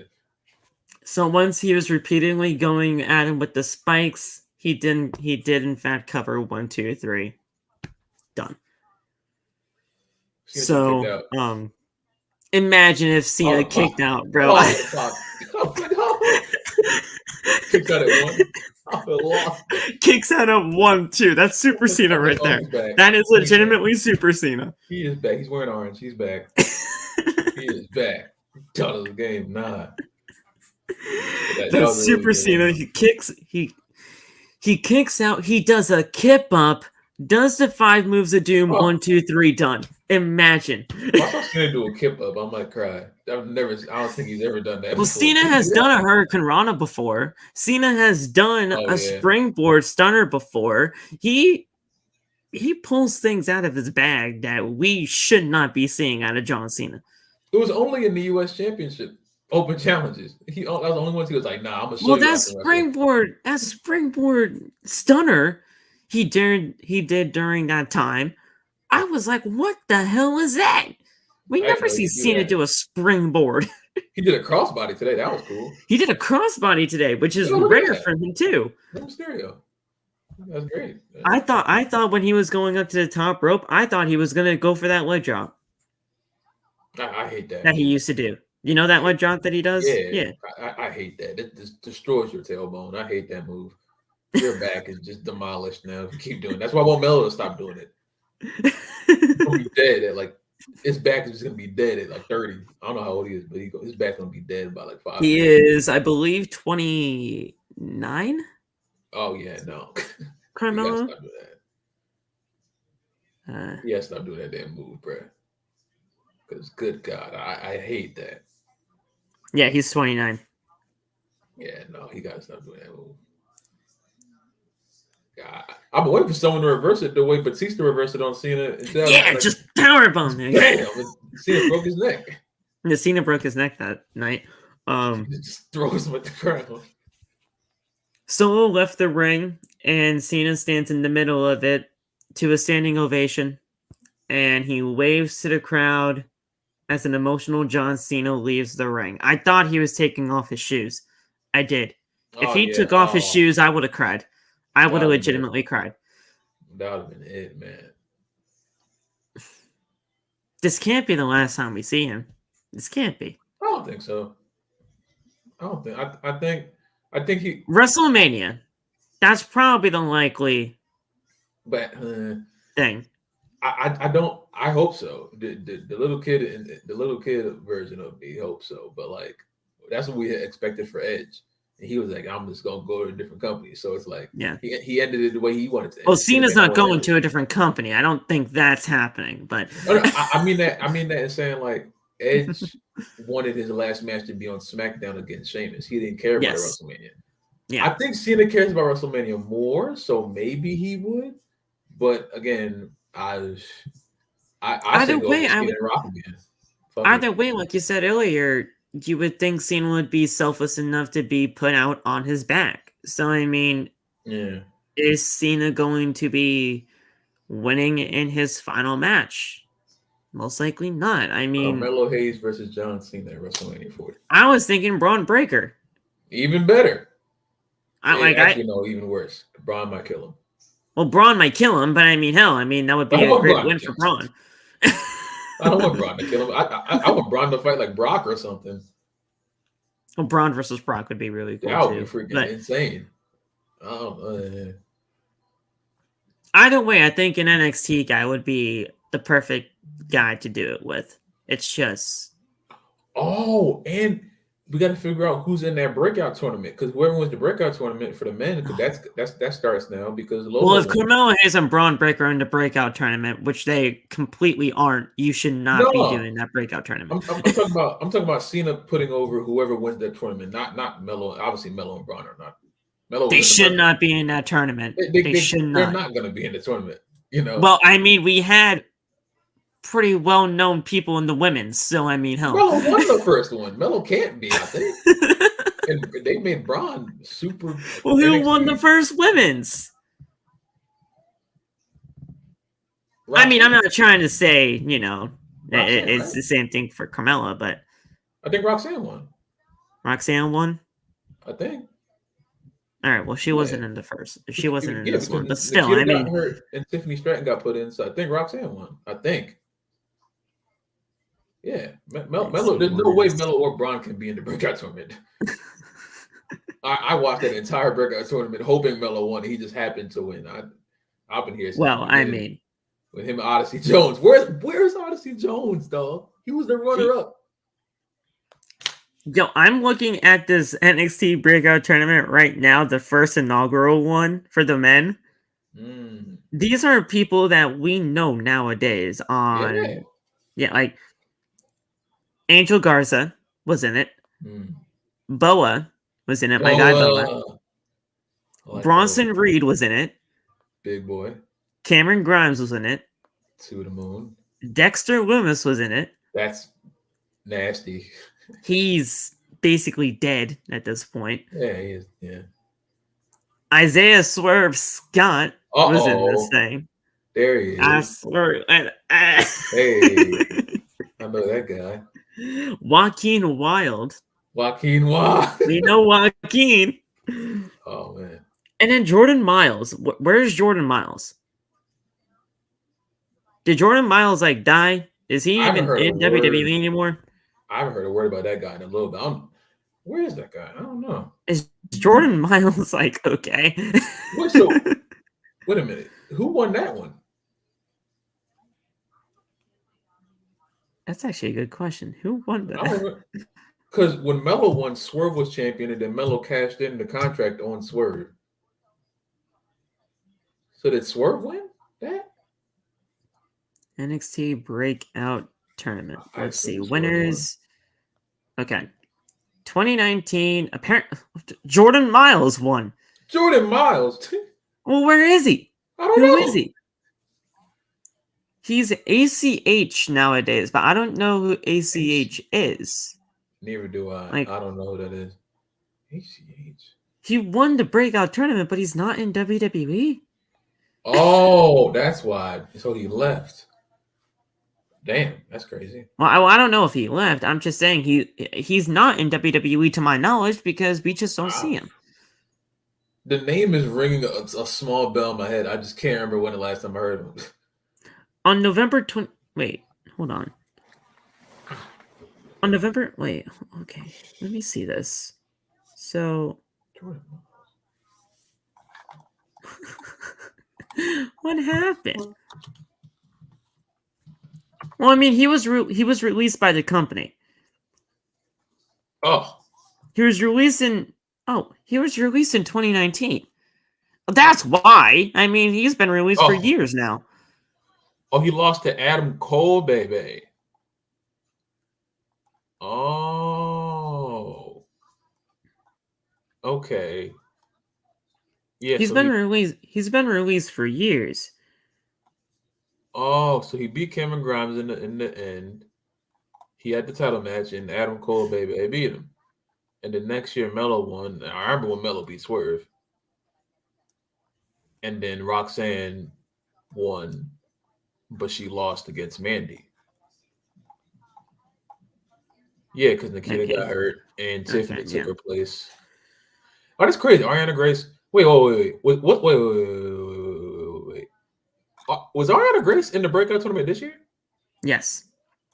She was in both? Oh, my God. Yes. Oh, yes. My God.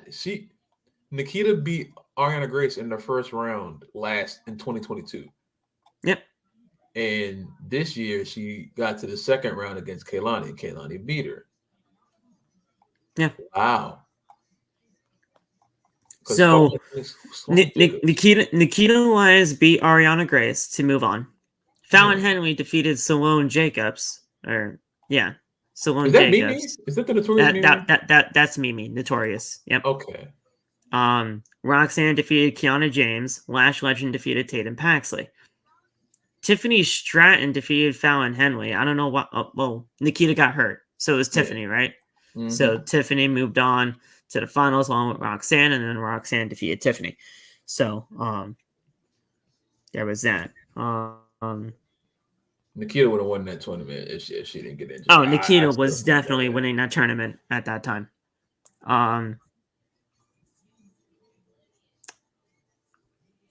I wanted Carmen to go to the finals, man. I think Carmen has it. I do, but she just lost to Will of freaking Vice. It's all right. She'll get her due at some point. I saw some people were mad at you, man. No, it's all right. You didn't like that? You really didn't Well, like with that? Ice winning, no, she didn't need the win more.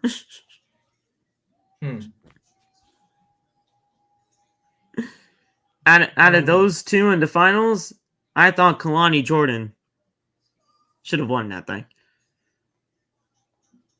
They were getting behind Kalani Jordan so much in NXT, and then all of a sudden she just loses in the finals. I honestly think it's because Lola connected more with the fans, and Kaylani doesn't have a character. She's just Kaylani, and her offense. I think is going to bring her to a different place. So I don't think it matters that she didn't win the tournament, because all that would have done is that it means that she would have been like one of the first people to lose to Lyra. But I think Lola has a lot more upside than Kaylani does right now. So that's why right now. Yeah. In the actual future, when it's all said and done, I see a lot more in Kalani than I do with Ice. Really? If they actually get behind her, yes. If they get behind Lola, it'll be the same thing, wouldn't it? If the depends machine on gets how they behind position anybody. her. That's the thing. It depends on how they position her. I don't know. It depends on how they position a lot of these women in that breakout tournament, because I mean, Carmen has something. She does. But it depends on how they position her because of what she has in terms of her background. Danny Palmer, she could have something, but she's not the best as of right now. That's the thing. Everybody could have something, but I still, and we already saw Lola's already better on the mic than Kaylani is.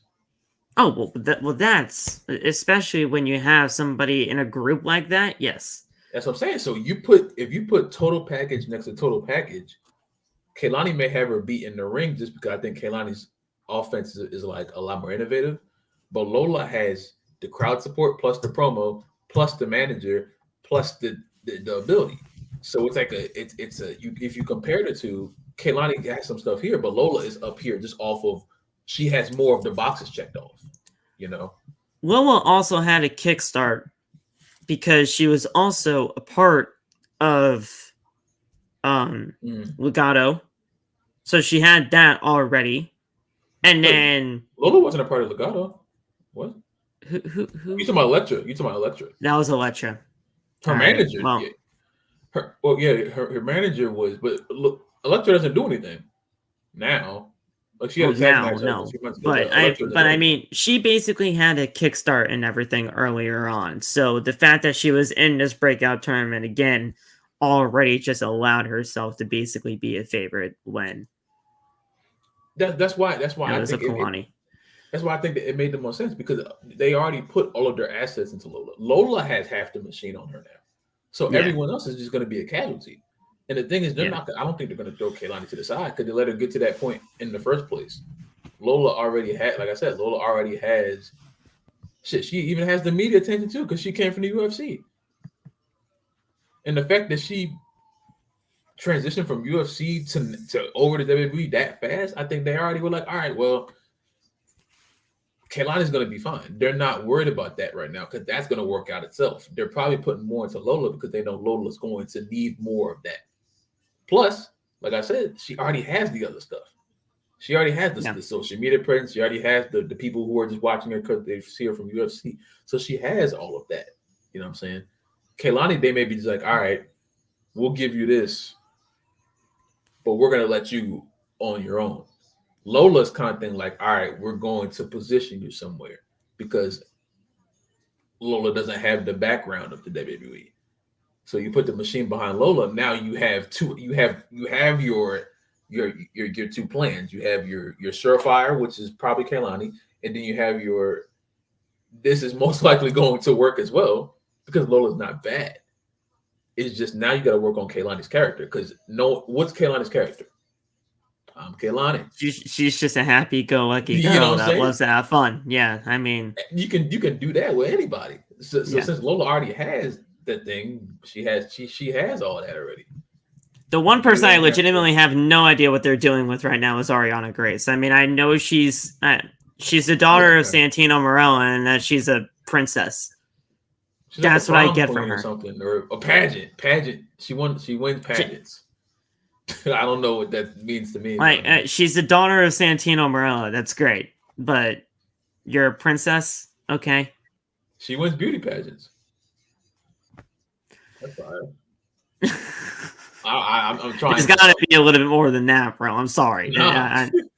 There's got to be a little bit more than that. Gorilla. Stupid. I'm the most beautiful. I hated that. I did not like that.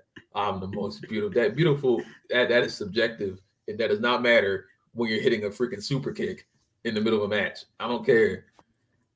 Damn, the most beautiful woman in it. Oh God, I hated that. I mean, do you really want to go over this Miz TV thing? Because the Miz TV thing was really nothing. It didn't mean anything. I was hyped for old dude that came. I don't know his name, but he was cool. The dude was actually really cool. I mean, he hit a mean elbow. He did his thing. He almost slipped off the ropes and broke his leg, but that was something.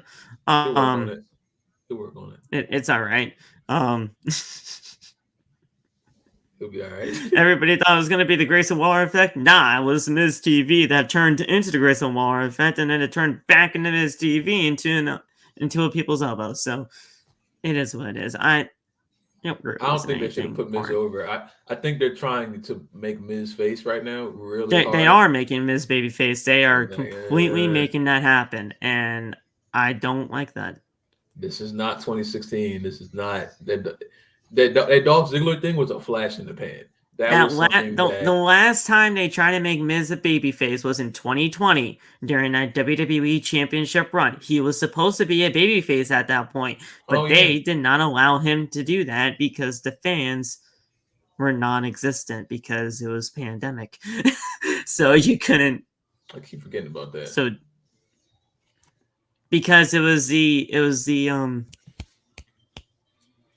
during the Drew McIntyre run. At least I think. He cashed in. I thought he can't. Wasn't that a cash-in win? He cashed in on Bob, I think.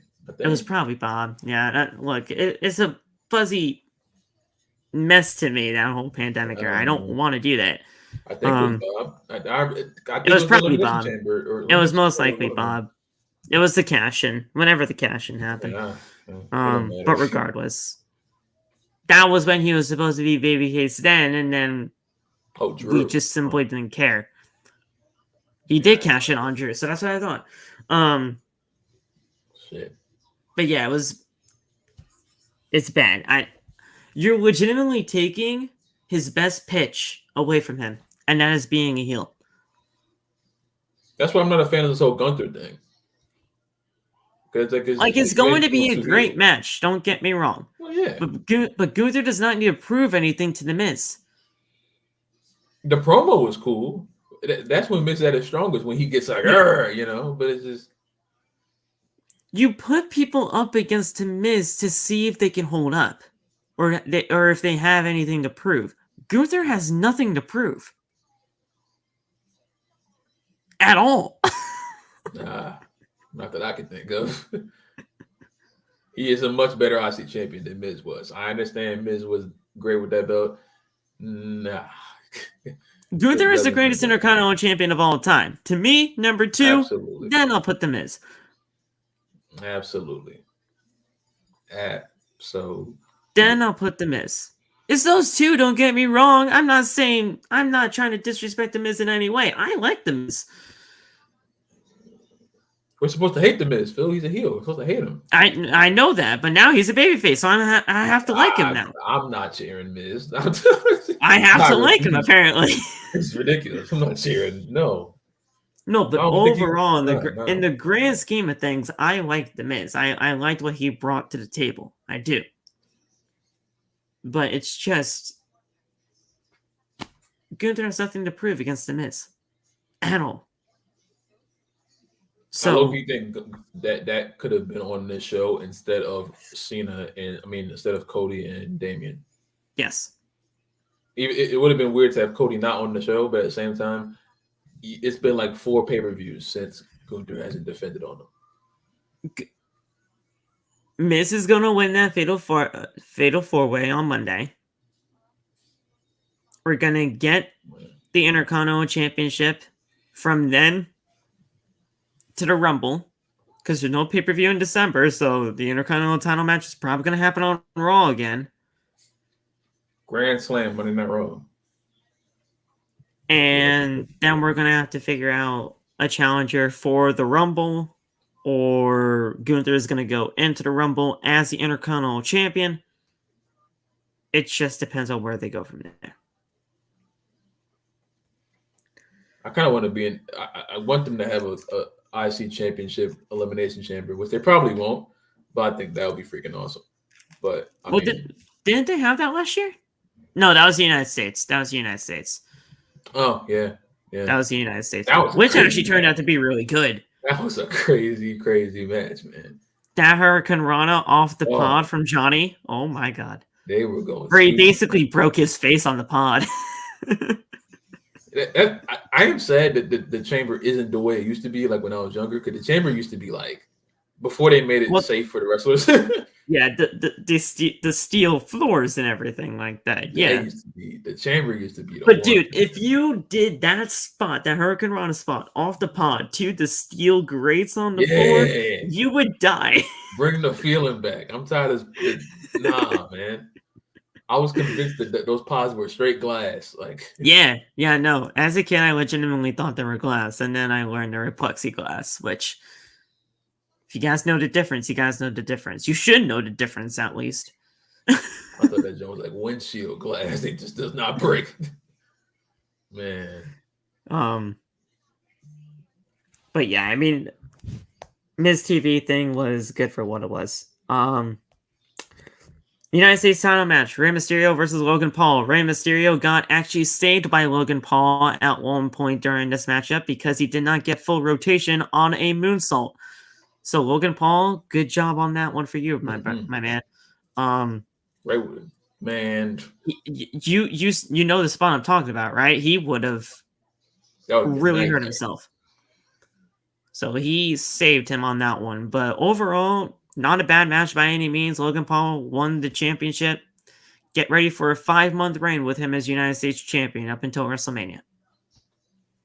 Best case scenario. And show up to the shows, please. Well, obviously show up, yes. But the 5-month reign, that's probably where it's going to be. The agenda of Logan Paul versus Kevin Owens for the Royal Rumble is a go. That's the first defense I want to see him in. Kevin Owens, Logan Paul. That's what I want to see. Okay. Because you saw that Kevin Owens and Logan Paul interaction backstage on SmackDown with the Rey Mysterio shirt saying that's a whack shirt. That right there. It starts off the shirt. Sense. The shirt makes the feud start? Well, I mean, he was supporting Rey Mysterio, so I mean, you saw that right there. There was just a little interaction. You can see that Kevin Owens and Logan Paul have something to go for. So, I mean, I'm not opposed to it, I guess. Kevin Owens versus Logan Paul in a good match to you? I think that would be great. I think it'll be a great match. It's just I'm worried about the build to it. That's all. Kevin Owens and Logan Paul from WrestleMania 37 too, like Corbin said, they have that to go off too. I totally forgot about that. I mean, it looks like they have all the assets to do it. So go ahead, see what happens. But yeah, Logan Paul.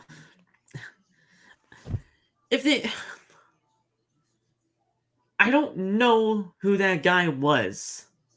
That was a part of his entourage that got him those knuckles. He does a podcast with my thing. Yeah, I know it was somebody from his entourage and podcast and everything like that, but that's not a face that we normally see on his podcast. Oh, I thought it was. Or at least I don't like his face was really covered up so I mean I really didn't get to see most of it, but I mean make it somebody that you would actually see in the clips from his podcast. Because I don't think that was a guy that you would normally see in those clips. from I a thought it was show. the guy where him and Roman were talking about their beards. I thought that was that guy, but I couldn't tell. If it was that guy, maybe it was. I don't know. That's the only one I like watched like 10 minutes of. I don't watch this podcast. I mean, I don't watch it either, but I mean, I'm trying to hear him talk for 3 hours. Definitely didn't look like a guy from one of the clips that I've Could have seen. got cashed out again. I know him. You know, but this whole thing, you got the brass knuckles. Ray pushes Logan into the corner, and the brass knuckles fly out of the ring. The referee checks on Rey Mysterio, and Logan's friend tries to grab the brass knuckles back, but Santos Escobar steps over the barricade and grabs the brass knuckles. He places them on the ring apron like a dumbass.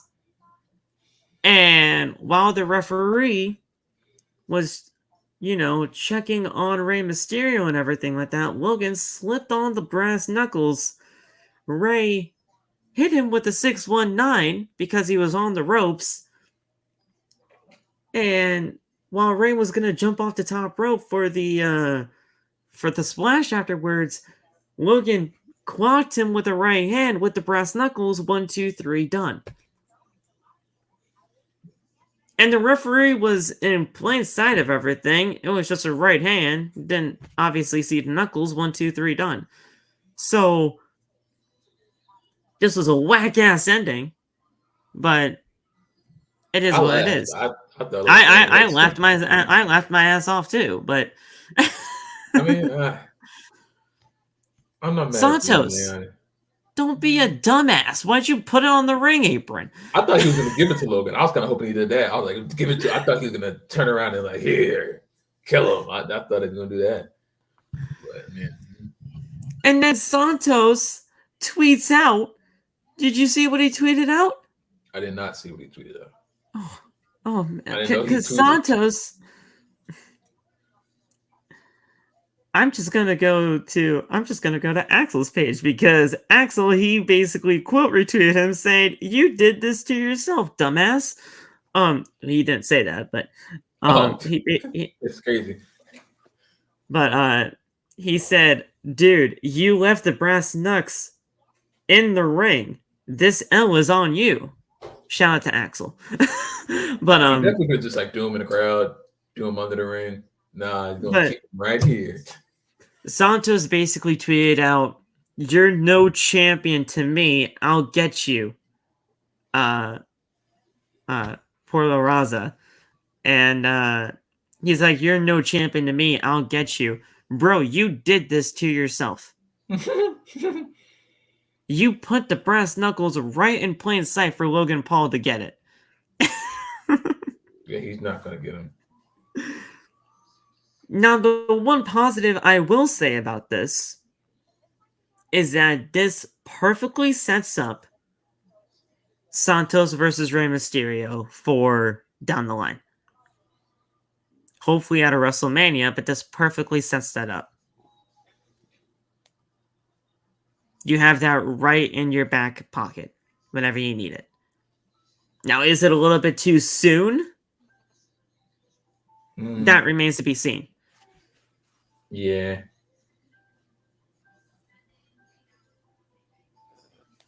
Because, I mean, Rey was going to get kicked out of the LWO eventually.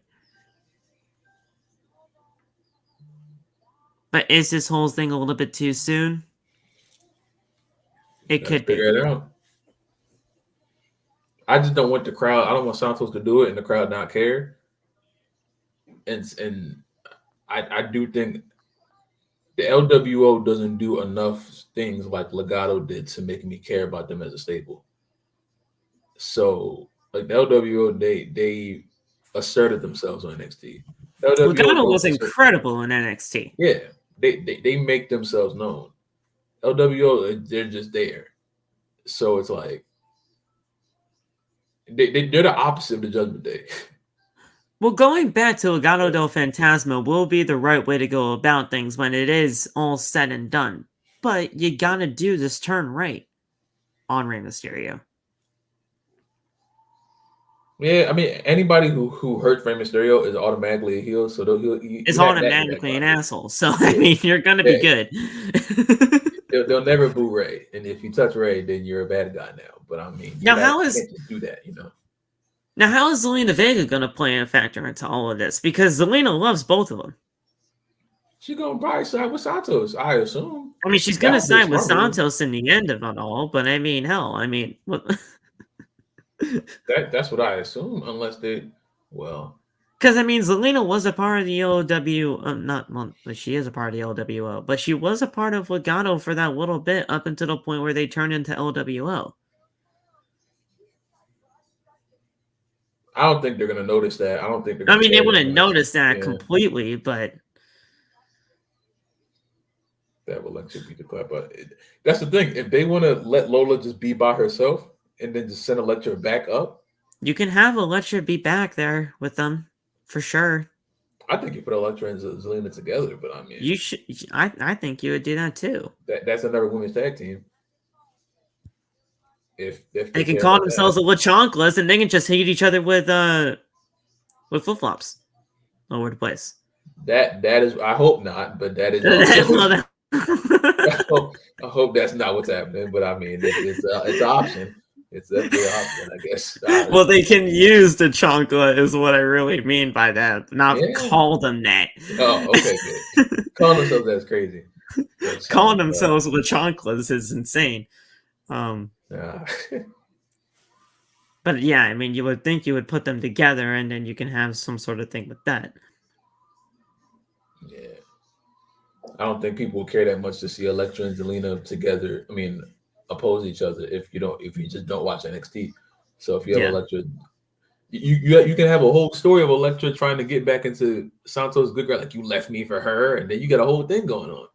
You can build slowly towards that, but if Elektra just comes back and like attacks Zelina, then it's like, who is that? They may not know, We know, yeah. but they might not. So. Again, the NXT audience is very different than the main roster, so you have to go with that slowly. Plus, I think Lola and Elektra are doing great things on NXT, so I really don't think you need to bring Elektra anywhere. Unless there's another woman of Latina um, descent on the Yeah, roster, but as far as I know, it's not. I can't think of anyone else except no, I don't know. yeah, I'm not I too think Rhea sure. might be the only one. But Logan Paul is now the new United States champion. Saw that coming. It was inevitable.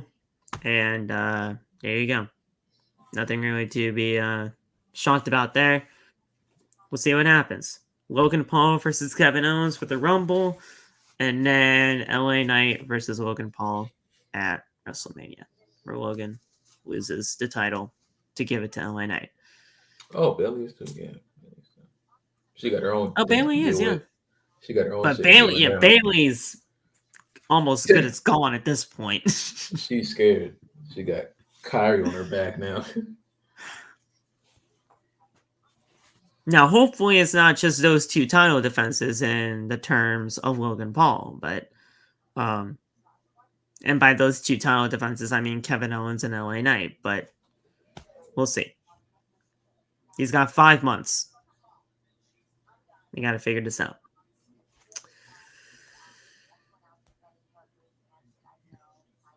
Io Sky versus Bianca Belair. Not a bad match by any means. Really not a bad match by any means. It's just the crowd was mostly dead for it. Yeah. Mm-hmm. The crowd kind of dropped after a while, so it was just like, Well, this match to me really died down. The crowd died down. Is the start of it to me. Or at least probably this gotta is where watch I it at again. least noticed. Probably gotta watch it again. I don't know. This is where I at least noticed the crowd, dying down a bit. But the match wasn't bad. I mean, Io Sky and Bianca Belair are great competitors. Yeah, It's I think just you got to where you needed to get to. And as long as Bianca didn't win, I was on board. I didn't expect Kairi to show up. I was kind of hoping for a Rumble appearance or something like that. But I mean, Yeah. I'm not gonna complain. So I mean, in the grand scheme of things, they probably should have saved it, but I mean, it did fit with the story. she's so cool, bro. Yeah. Her aura is already just man. It just brings a lot to the table, when it comes down to that SmackDown roster, because you still have that whole thing with Bayley and Io Sky cooking up. You got Io Sky and Kairi saying that thing's still going around. So it adds a lot to the table. Io Sky thankfully retained the championship here, and while the referee was distracted, Bianca Belair goes for the KOD, but Kairi Sane shows up and hits Bianca Belair with a right hand. Sane then throws Bianca into the ring post, and the referee is still distracted. The referee counts to 9, and Bianca rolls back into the ring. Io hit her with a moonsault, and she got to cover 1, 2, 3. And there you go. Io Sky retained the WWE Women's Championship. And there you go. Kairi Sane and Io Sky hugging the ring, and Bayley looks like she has seen a ghost at ringside. It was awesome. I can't wait to see what they do when it comes down to that kind of a dynamic, because Bayley was the person that drove Kairi Sane out of WWE. So that dynamic right there is something to be looking forward to on Friday Night SmackDown. It's a great thing to see. And I can't wait to see how they actually, put forth to that. So, I love it. I think it's going to be really, really good to see.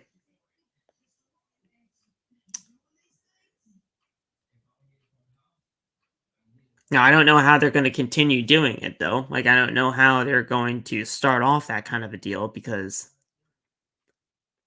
you kind of got to, allow people to try to remember that Bayley was the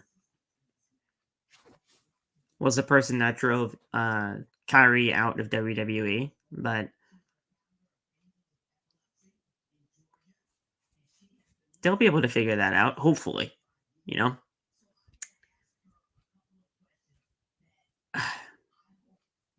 That's actually a good... I'm trying to figure out how they would actually do that. Because many people aren't going to remember that situation happening.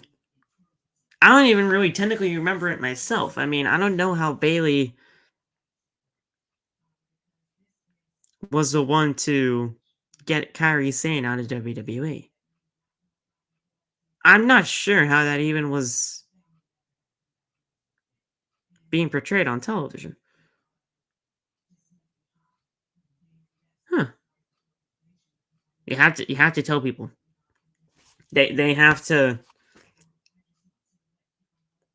show us that kind of a deal, because at that point in time, I don't remember. I'm pretty sure Loft wouldn't remember. They have to tell us. Bayley attacked Kairi backstage. I gotta look that. I gotta look back at that. Do you know how Bayley drove Kairi out of WWE? Like the way it happened? I mean, it's been years ago, so probably not. You would have to think that WWE would want to tell us. If it's pandemic stuff, no. It was during... Corbin says it was during the pandemic, so of course, if it was during the pandemic, we got no clue. No idea. I remember the instance of it. I do not remember seeing it. I cannot image of it. You gotta show us. You gotta show it again, if anything. You would have to show it, and you would have to tell people, because it happened years ago. Many people definitely try to forget that era of WWE. You have to tell us. and Yeah. show it, because not many people are going to remember.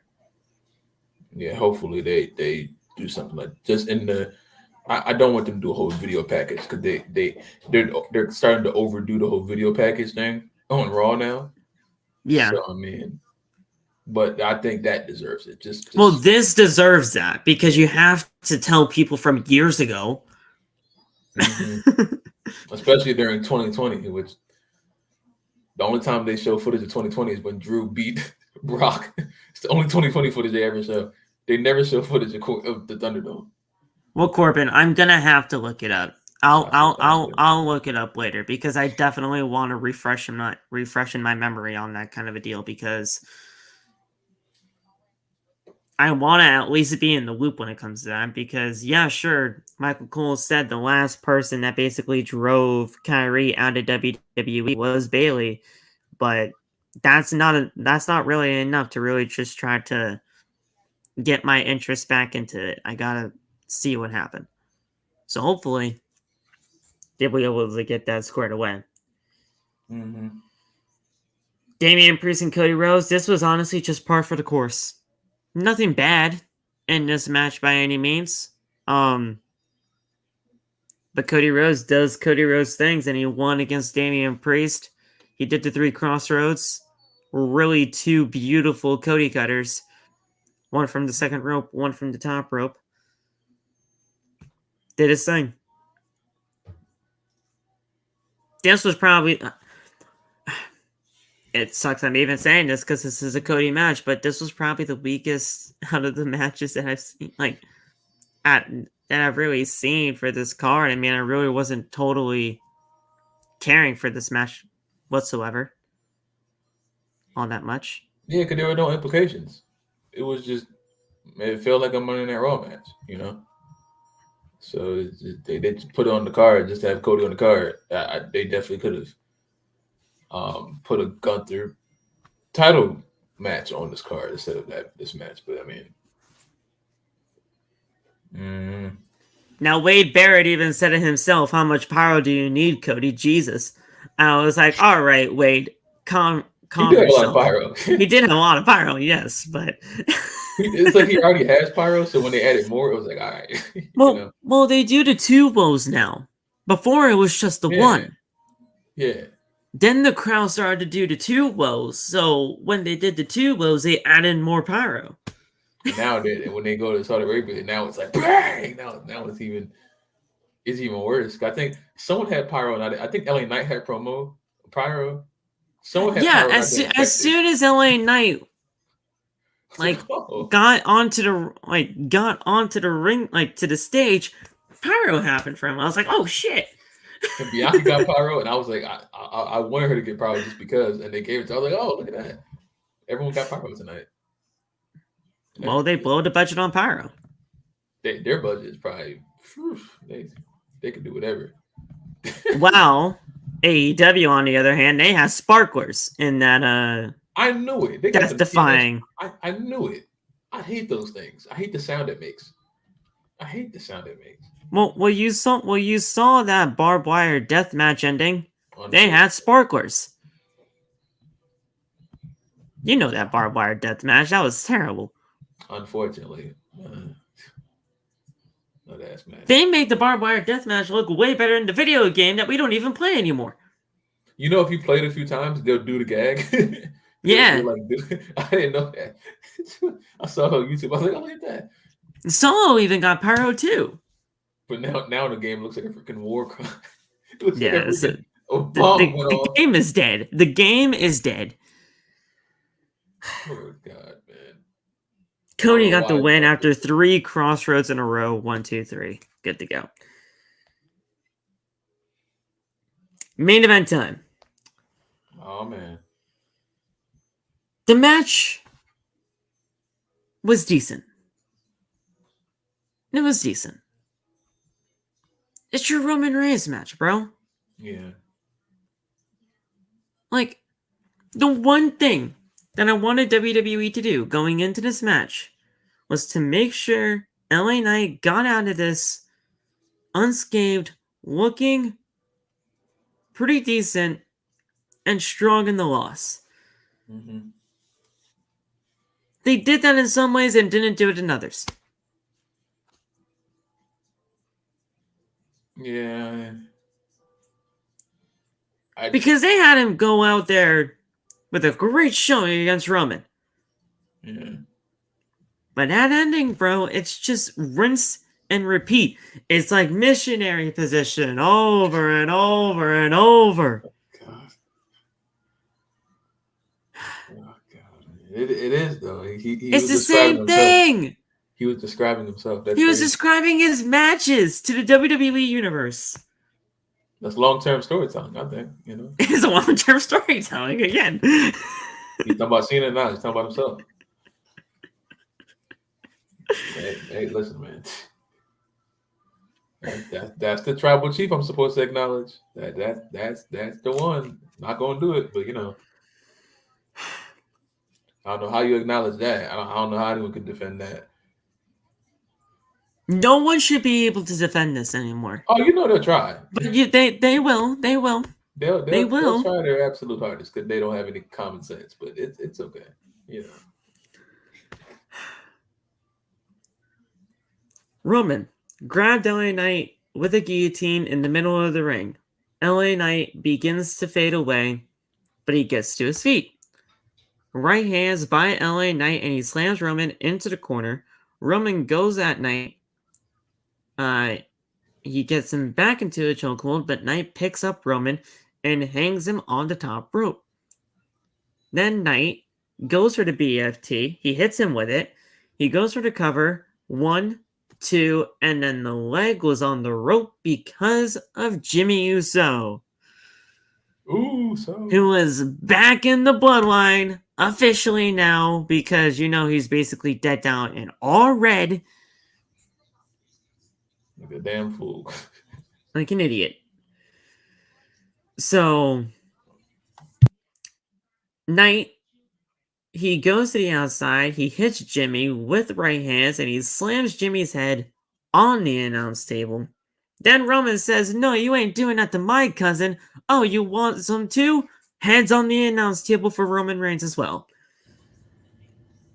Jimmy goes for a super kick, but Knight catches him and throws him through the announce table. Reigns spears LA Knight through the barricade on the outside. He throws Knight back into the ring. Reigns hit him with a spear, goes for the cover. 1, 2, 3. And that is it.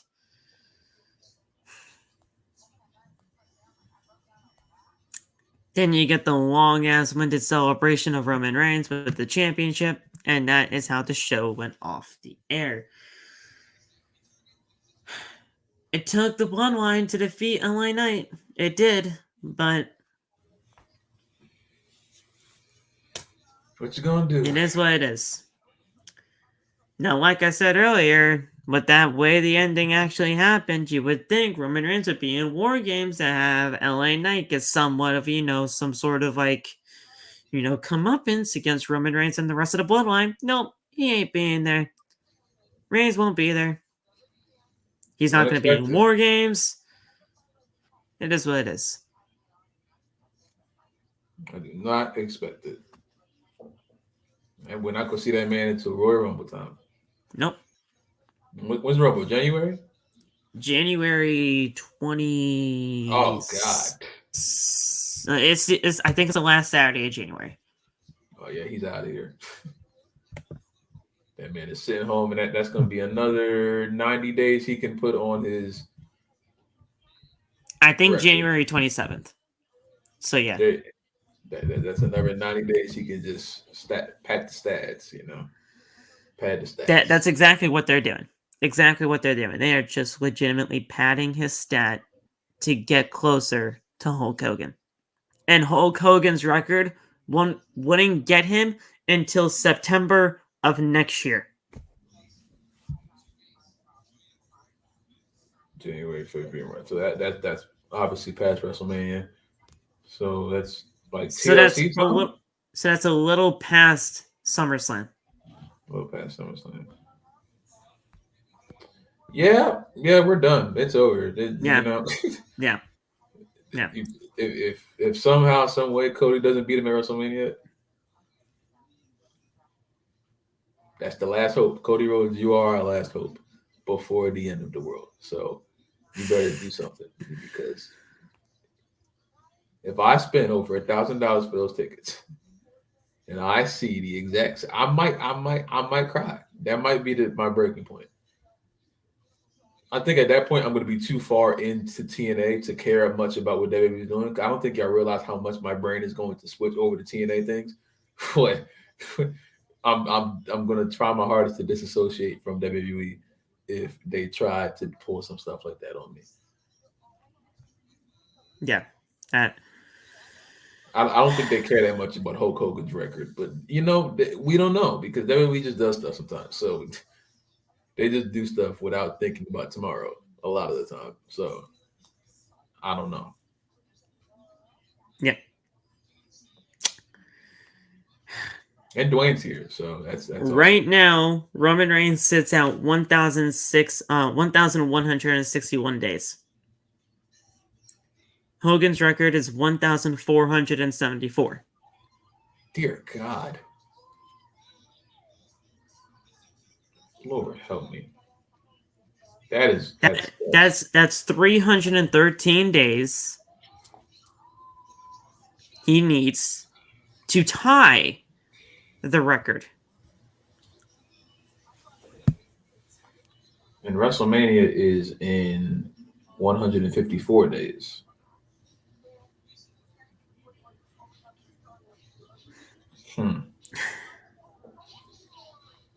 Date calculator. Let me take a look at this. So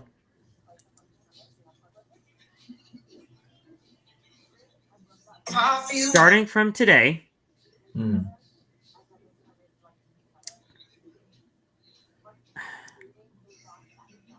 trying to. Okay, so I think we're trying to add days. Yes. So, $313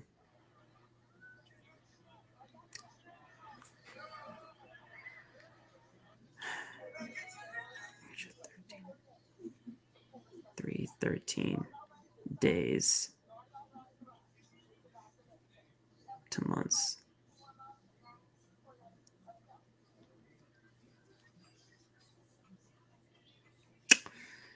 Yeah, we're done.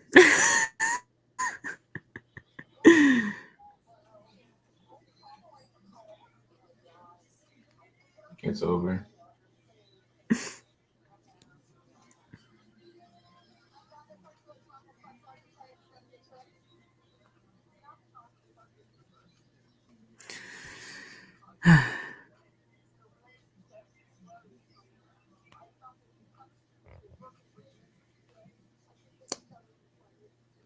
That is 10 months, 1 week, 1 day. Yeah.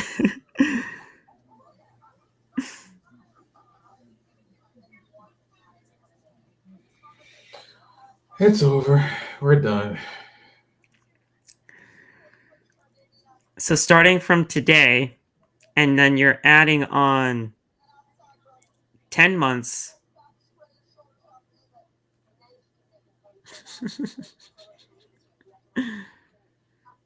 10 months, 1 week, and 1 day from today, September 12th, 2024.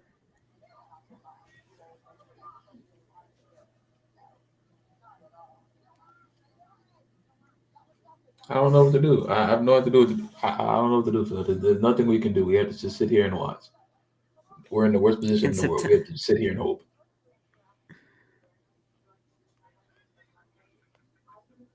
When is September? Okay, September 12th is a Thursday. So if anything, we'd have to freaking wait until that next weekend or weekends after that to see if there's even a pay-per-view during that time.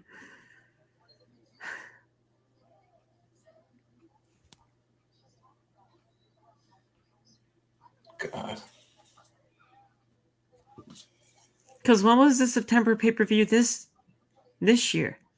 I don't know. I thought it was TLC, but I'm probably wrong. I don't remember them doing TLC this year. Well, September 2nd was Payback. They had, well, the Superstar Spectacular thing, that wasn't even really televised, was it? I don't think that was. No. The spectacle? I don't think that was televised. Yeah. So it was Payback on September 2nd, which we all thought that was going to come around full circle for Roman Reigns because that was when he won the title. Fucking, he didn't even show up there. We understand how this company works. They don't, though. That kind of made sense in our brains, but that didn't look right in theirs. That was too obvious. And then the September 30th was No Mercy. So, really, Payback. So the first Saturday, I think that was of September. So if he makes it through that first weekend of September in 2024, he broke the record. Because that Thursday he would have tied it, and then Friday, that's a broken record. If he wins the WrestleMania 40, I'm just going to assume that he's going to beat the record. That he's going to break the record. Whoever he fights at WrestleMania 40. Even if it's not Cody. Whoever he fights if he wins at 40, just know he's breaking the record. And then we're fucked. And then there's more cousins, and then more... Because who knows, maybe Jacob Fatu will be there in WWE at that point. And then... fucking Jimmy's son will be in WWE at that point. I don't know how old Jimmy's son is, but he'll probably be in wrestling too, and he'll join the Bloodline. So Zilla gonna pop up. Zilla pop up. Ava Rain pop up. Oh yeah, Zilla, Ava. But hell, Rock will probably be in the Bloodline at that point now. Rock.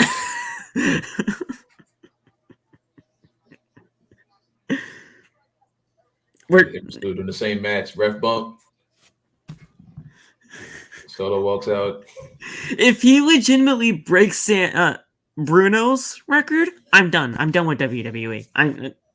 You can wrap it up. I want Cody to go to TNA if he loses again. I want him to leave. I want him to completely leave. Come like, why did you bring me back? Why did you bring me back? Why did you bring me back? Why? Why? I understand leaving AEW. Okay, you have nowhere to do there. Okay, go to TNA because what are we doing here? You haven't won. You didn't win the TNA World Title when you were over there in Impact. So change your story. Change your story. That's your story. Change the story. And now, obviously, they don't care about it. They don't care about the story. They care about Roman. They didn't give a shit about Dusty back then. They're not giving a shit about you now. I hope I'm wrong. I mean, I wouldn't go that far. They do give a shit about Cody, but they're not giving a shit about him right now. I hope I'm wrong in the sense of just them not caring, because it seems like they don't care. If Triple H realized that he made the wrong decision at 39, like on this surface, it really looks like they don't care. They don't give a shit. Watch that WrestleMania 39 press conference again and tell me Triple H doesn't realize he messed up. He knows he made the wrong decision. Yes. He can't do anything about it now, but he knows he messed up. He knows he messed up. So now you get a lucky second chance and then you do the same thing again? No, I hate you now. What does 1,000 days really prove? That they don't care. In the grand scheme of things, what did that really prove, Triple H? Nothing. It's a great number. Don't get me wrong, but that is just it. It's a number.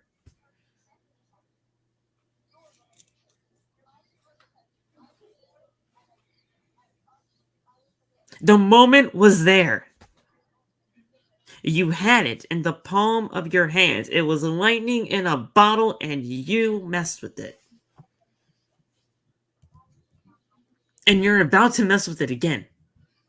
They had three chances. They had Cody 39, they had Drew at Clash, and they had Finn and Extreme Rules. I'm not forget about that Finn thing, because that would have been that. I refuse to let that go away. Because you had it. You had a chance to revive the demon. Some people would say you had 4 with Sami, but that was I wasn't on board with it, but you did. really could have done that, but it wasn't going to happen. You had 5 with Jay. You want to keep going? You could have done Jay, yeah. I don't agree with Sami and Jay, but those are still chances. I still see people on my timeline right now on TikTok, not Twitter, that say that Jay is still the story. You got to go with Jay. Jay's done. You're not doing Jay anymore. They're not doing Jay. You're not doing Jay. Get over it. They know that's not the way they want to go. Y'all know that's not the way they want to go. It's not Jay. They had Rollins. Rollins was. Hey, and I'm gonna say this too. They had John Cena at that SummerSlam. Yep. Didn't I tell you from the freaking get-go that SummerSlam was the perfect destination to end that shit on? Yeah. I said SummerSlam 2022, great spot. Then they made it against John Cena, and I'm like, well, it's not happening. No, it got worse when he said, "Oh, if I lose, I'm leaving WWE." I'm like, "Oh no!" And then when he said leaving WWE, I'm like, "Yep, not happening." Not going. Why would you say that? Why would you say that? He's not going anywhere. That will require him to lose. He ain't leaving. That will require. Oh, he's leaving, but he ain't leaving the company. They had Edge and Bryan, and gave Bryan one of his best matches still of his career. I still think that's one of Bryan's best matches, even in the loss. Easily. Even in the loss. Edge and freaking, what was that? That was after Money in the Bank. So, that was Money in the Bank? Oh, Edge and Money in the Bank. Yeah. The Edge match is cool too. There were so many great matches during this run. Don't get me wrong. There were so many great matches in this run. But they had so many chances. You could argue they had Brock. They did have Brock, but I didn't want Brock. They had Brock at the last man standing match when he put out a trap that somehow Roman Reigns survived that too. I thought Roman was just gonna, lift the ring back up. They basically had that. He does everything else. He could have done that. It was really over at Clash, but it should have been over at Clash. It really should have. That's why Drew, in this path right now that he's on, he has a legit gripe. I'll be mad too. He has a legit gripe. Every time I get close to something, they just take it from me. I'll be mad too. Like he legitimately he has a legit gripe, which is the reason why I'm hoping that WWE at least knows what they're doing with him, because if they aren't gonna be able to sign Drew McIntyre back on contract, he's done. If they can't re-sign Drew McIntyre off, that says a lot about their priorities. You think so? Oh my god, if you lose Drew McIntyre, that is a huge loss. Absolutely. That's what I mean. It shows their priorities at that point. Oh, okay, yeah. I'm thinking something else. Yeah, you're right. What were you thinking? As far as him, like, what happens if he goes somewhere else? I'm thinking of like if he were to go to AEW or TNA or something like that, because TNA they treated him like something. He was, him and Bob, man, they were assets over there. AEW will be a terrible thing because just there's too many people over there. But AEW would be a cup of coffee for like a month, and then it would be done. Maybe even less than a month, but still, I mean, you know what I mean. Yeah, it's just he would look great on that roster. Don't get me wrong, absolutely. But it just now he's probably going to run into the same problem because who said they're going to prioritize him over like Adam Cole or somebody? Exactly. Or if I assume MJF resigns, hopefully to God. MJF is basically already resigned at this point. Tony Khan, I hope so. Dear God, they lose that man. Well, that whole World's End pay-per-view is going to be built around MJF in that contract. You know that, right? Because that's 2 days before his contract expires. Oh, yeah, he probably resigned then. So he basically resigned. Yeah, he probably They're did. just going to build Smart on move. that. Did you see Drew- Will Ospreay tweet Rollins though?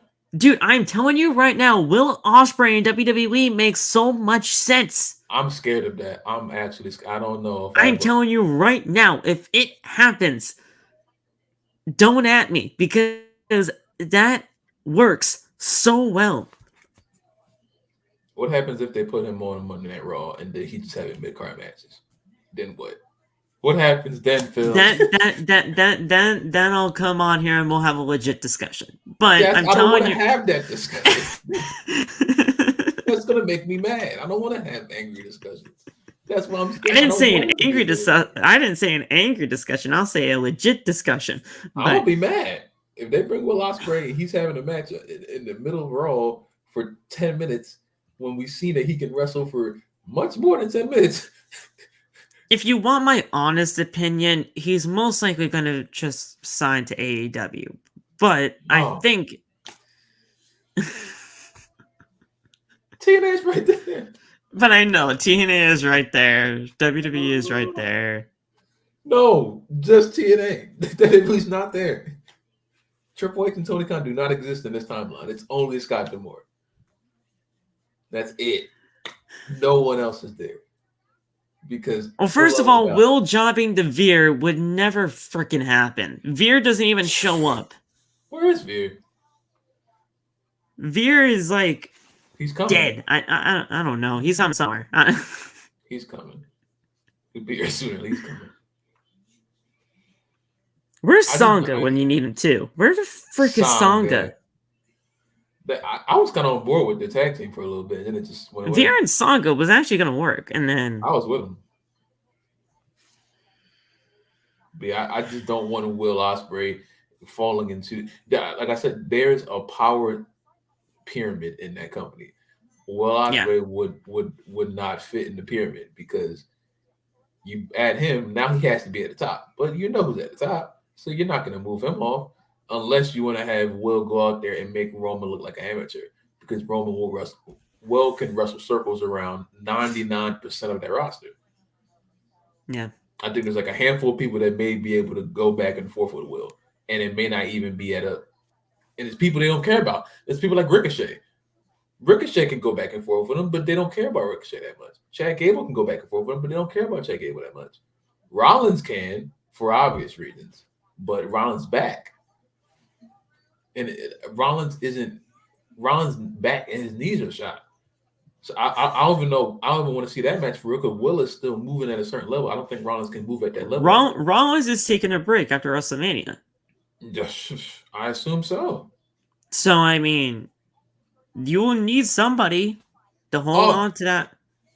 You hear what Phil just said? Rollins taking a break after WrestleMania, assuming that he loses the championship. Then he can take a break. Not go on a break while you're champion and just sit home and watch the numbers pile up and I'm supposed to care. Assuming Rollins is still World Heavyweight Champion by WrestleMania time and he loses the championship at WrestleMania, he would be taking a break. Will and AJ can happen. Scott D'Amore's company. I want AJ Styles to get out of there before it's too late. I want AJ Styles to get out of WWE before it's too late, because you don't. All I'm saying is, don't be shocked if we possibly see a Will Ospreay on that Raw after WrestleMania. Oh, I'm never shocked. Like I said, this company cannot shock. I mean, that could legitimately happen. There's something. This company has to do something insane for me to be shocked. WWE will need somebody to hold the fort down while Rollins is taking his break. Will Ospreay could be that guy. But then again, that's me talking. WWE, they could just say, fuck Phil. Whatever. Don't do it. Don't. They're going to put him on Monday Night Raw at 9:15. And it's going to be bad. They're going to give him a bad theme song. They're going to call him the real deal. Will. They're going to the real deal. Will. They're going to take his last name away. He's just going to be. They're going to take his last name away. He's going to be real deal Will. That's it. They're going to do a dance. Real deal Will. They're going to make him No Way Jose, and it's going to be really bad. I don't want to see Deal that. And Will. I know it doesn't rhyme. It's stupid, right? That doesn't even go. That I doesn't know. even go. Yeah, now you're catching on. Now they're just doing stuff, right? I know it doesn't rhyme. I know. I'm fully aware it doesn't rhyme. That's why I said it. That's why you said it. It's ridiculous, man. No, okay, the real kill will or friggin'. Oh, but you can't say kill in WWE because it's PG. So I mean, you're gonna have to do. I feel like they said kill before. They don't say kill no more. Well, they changed the Viking Raiders or the War Raiders to Viking Raiders because you can't say war on TV nowadays. They said war games. See, that's the thing. That's that's the thing that makes me so freaking upset about this company. They have a whole pay-per-view called War Games. With a song called band War Pigs. But that's exactly why they changed the name from the Viking Raiders, though. They changed their name from the War Raiders to the Viking Raiders because of war. But then again, Raw is war. No, Raw is XXX. Raw's not. Well, Raw was XXX too this year, but I mean, Raw was war. So, Bearcat. What's wrong with saying war? A Bearcat, Keith Lee. That stupid ass. I still have no idea what a Bearcat is. It's a bear and a cat. To this day, I still don't know what a Bearcat is. He who is limitless. Who am I? Gonna be EC3 and David holding the red cup and catering. He's the guy who threw the pie at Kevin Owens. Yes, indeed. Indeed. They're gonna make Will a jobber, and I'm gonna come on here and scream. I'm like, I told y'all to not put him in this company, but no one ever listens to me when I agree with you that the best destination for him would be Impact Wrestling or TNA, but so those other two companies are really going to be getting at him for. If it's a money thing, then WWE probably might win. I think they. No, well, yeah, it's definitely a money thing. It's a money and creative thing. Oh, so if we're talking creative, then it's money and creative. Okay, so money and creative will be that. That means TNA because the only thing AEW and WWE can give them is money. They cannot give creative. AEW may be able to a little bit because they already have. And he's been on AEW television before. They have a lot of stuff for him in terms of that when you can do that. But again, it's wishy-washy. Even better. So that means AEW and TNA is only options. If he goes back to AEW, do I want that to happen? No. But I trust it a lot more than him going to WWE is right there, though, man. Don't say that they would never do it because you know WWE would want him. Oh no, I know exactly. I'll never say never. I know exactly what they're going to do. I just hope to God they don't. I don't trust them. I don't trust them at all. I don't trust them. Nope. In other news, deadline December 9th. I'll be there. I'll be there. Are we confirmed? Yeah, we're confirmed. We got it. I gotta get a train ticket. I got a regular ticket. Fine. You didn't tell me that you got the tickets, so yes, I did. You got it.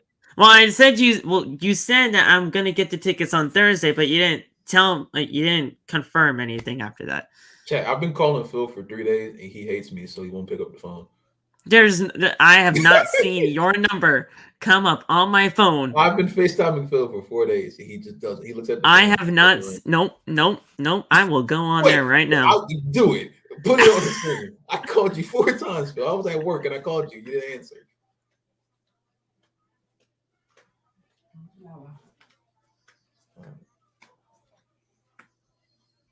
Maybe you're gonna have to do it because my FaceTime thing is fucking up. Because there's nothing there. Go ahead.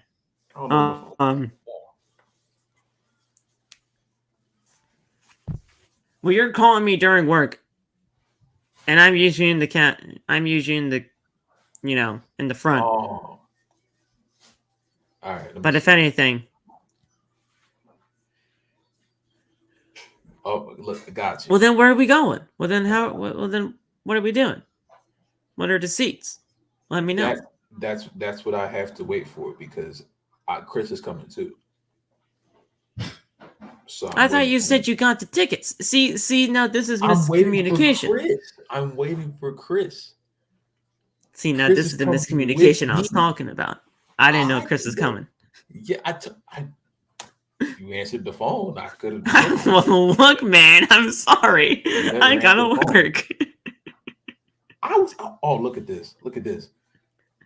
What did that say right there? What time was that at? 1:06. 1:06? I was at work. I was at work. It's not an excuse, Phil. Well, I've called you, answer the phone. Look, the day before Halloween, look at that. He never answered. What time is that at? 1 something? I go in at 1 now. I call you at the same time every day, and he just doesn't answer. But he's making TikToks. You think you know people, man, and they just don't answer your phone. Look, as long as we're there, I'm good with it. Oh, no, that'll be fine. You're not that far away from me anyway, so. I also got to get a new phone anyway, because this iPhone 11 is shot.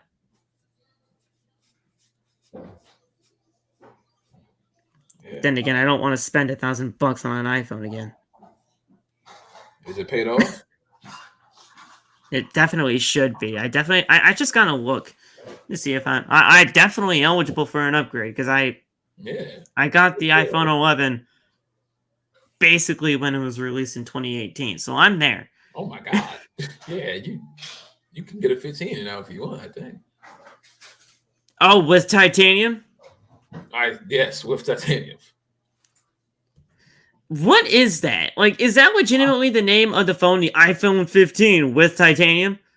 I don't know. Or did they just say that just to shill that to us? I have this big 12 Pro Max, and if I told Tony it's a 15, they'll have to believe me because they don't know. It doesn't change anything. They just shill that with titanium gimmick. There's no reason to buy a new phone unless you just want a clear camera, but the camera's still the same. The camera's legitimately the only thing that they can upgrade out of that entire phone, and they can't even really upgrade that anymore. I have the latest iOS, so it's like there's no point in me getting a 15 unless this phone just stops working one day. Yeah. I've had this since 2020, I think. I think I got it during quarantine. When did I get this phone? I don't know when I got this phone, but it's crazy, bro. It's like, what's even the point of doing it anymore? But yeah, it is what it is. We're gonna get the hell out of here. Crown Jewel 2023 was a success. I think so. It was a good show. You know, we're gonna see how WWE move things along in 3 weeks for War Games. They don't have a lot of time to build that up, so you got to do that now. We'll see how it all plays out, and yeah, should be fun. So we got Survivor Series, we got Deadline. Survivor Series, Deadline, and then the Rumble. Are they bringing back the Iron Survivor match? Yes, they are. Oh, we're back. Oh, man, Shawn Michaels confirmed it actually not too long ago. So yeah. Oh, this is gonna be different, man. Oh, I wonder who's gonna be a part of that one now, because that's gonna be interesting depending on how things go. I hope Nikita's back by that point. Oh my god, what a god! Please hope she's back. Please.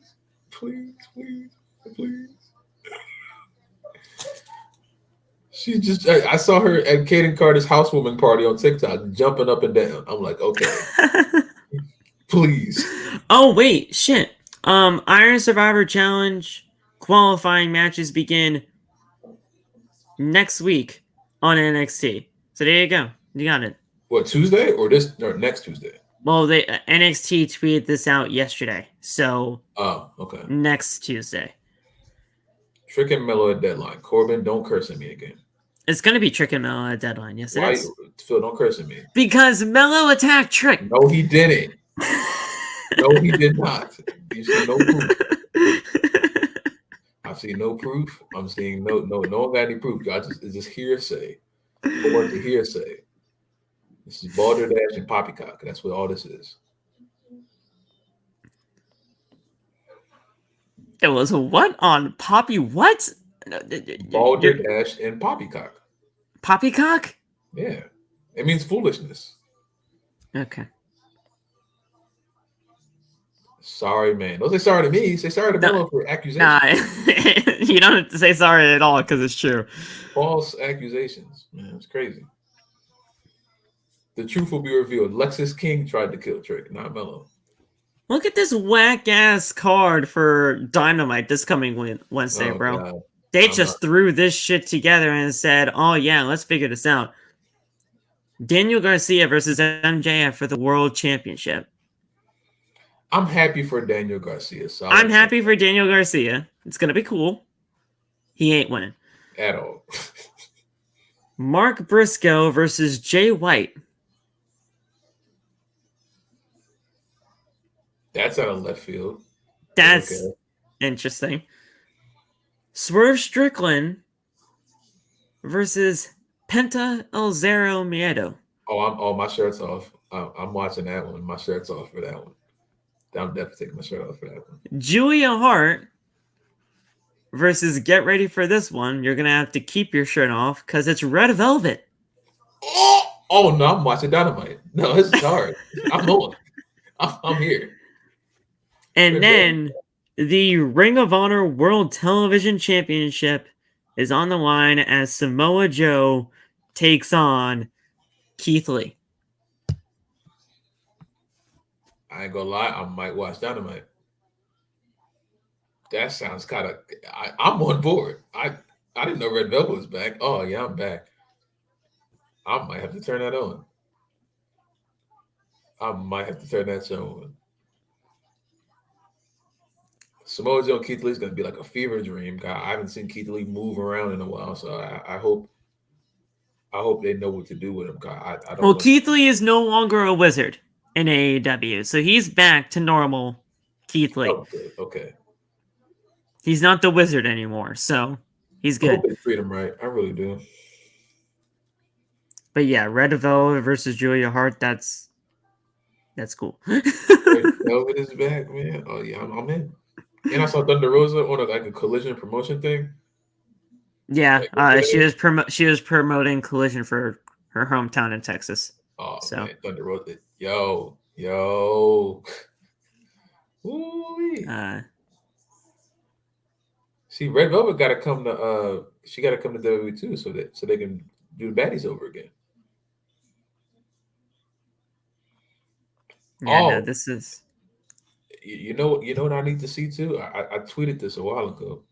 I don't know if I saw it, but I need Prince Nana and Stokely Hathaway to just speak to each other for like a half hour on Dynamite. Oh, yeah. I just want them to talk. I just want them to have folding chairs in the ring, and I want them to speak to each other. I just think that would be some of the most compelling television I've ever seen in the wrestling ring. And I want them to come back to WWE as well. Did you know what the Acclaim celebrated tonight? What? 69 days as Trios champions. That's not funny. I'm not legitimately laughing at that. That is legitimately the days. It's terrible, bro. Boo, man. Boo. They celebrated 69 days as Trios champions with Billy Gunn.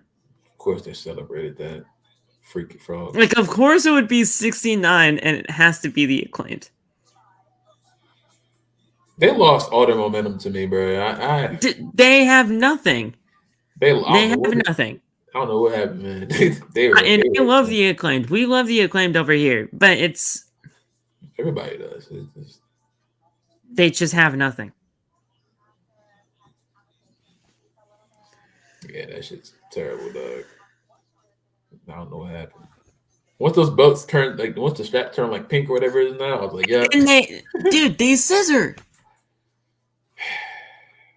The belts have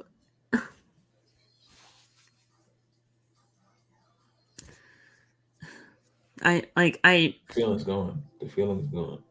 I legitimately have no words to describe what the Acclaimed have turned into on TV. Baddies 2.0, Jade Cargill, Bianca, and B-Fab. No, you know what we do? Kairi and Io versus Jade and Bianca. That's Survivor Series right there. You know how crazy a Jade and Bianca tag team would go? They would, bro. Man, Jade and Bianca and Kairi and Io already. Oh man, Oscar's on SmackDown too, right? Yeah. Oh man. Oh my god. I really wanted to bring Saray back. Saray was really good. I like Saray. Yeah, I liked Saray. She had a whole a little alter ego thing going on, and then they just dropped her one day. I was like, wow, okay. Saray was cool. Yeah, but Collision tonight, it really wasn't anything all that special. The Acclaim celebrated 69 days as Trios champions. AR Fox versus Swerve Strickland. That probably went hard, but I don't know. That was crazy. Will Nightingale versus Emi Sakura. Mark Briscoe appeared on Collision for the first time. Darby Allin and Lance Archer. Wow.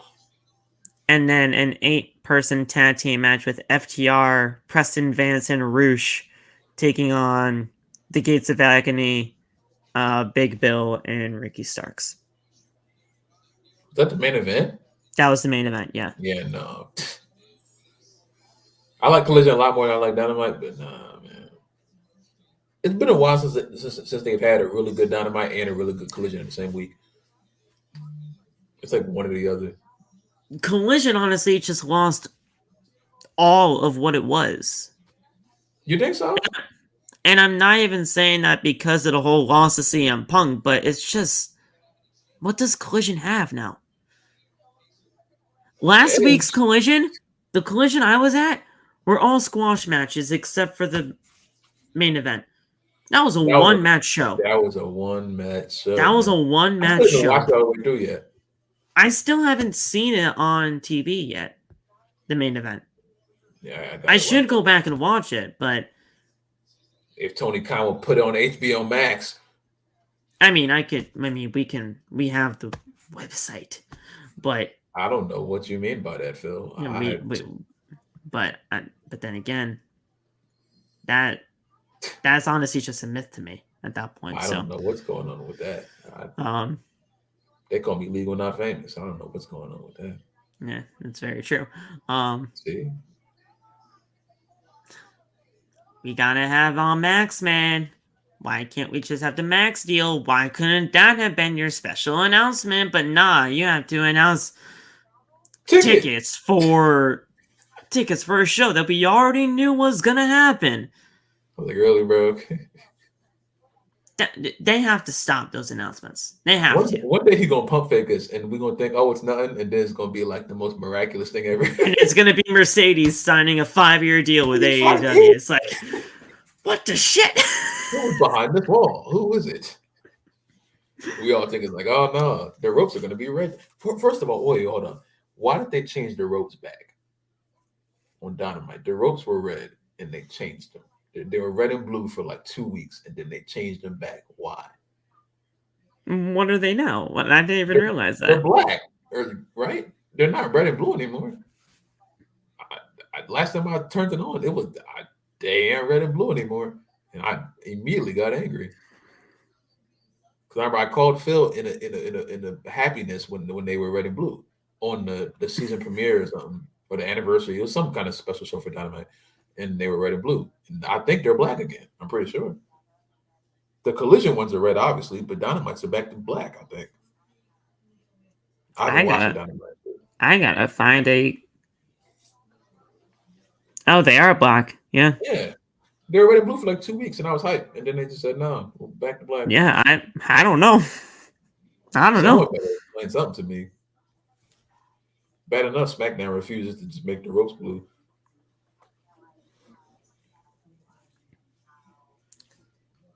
What was the Rhodes debut collision tonight? Let me take a look at that.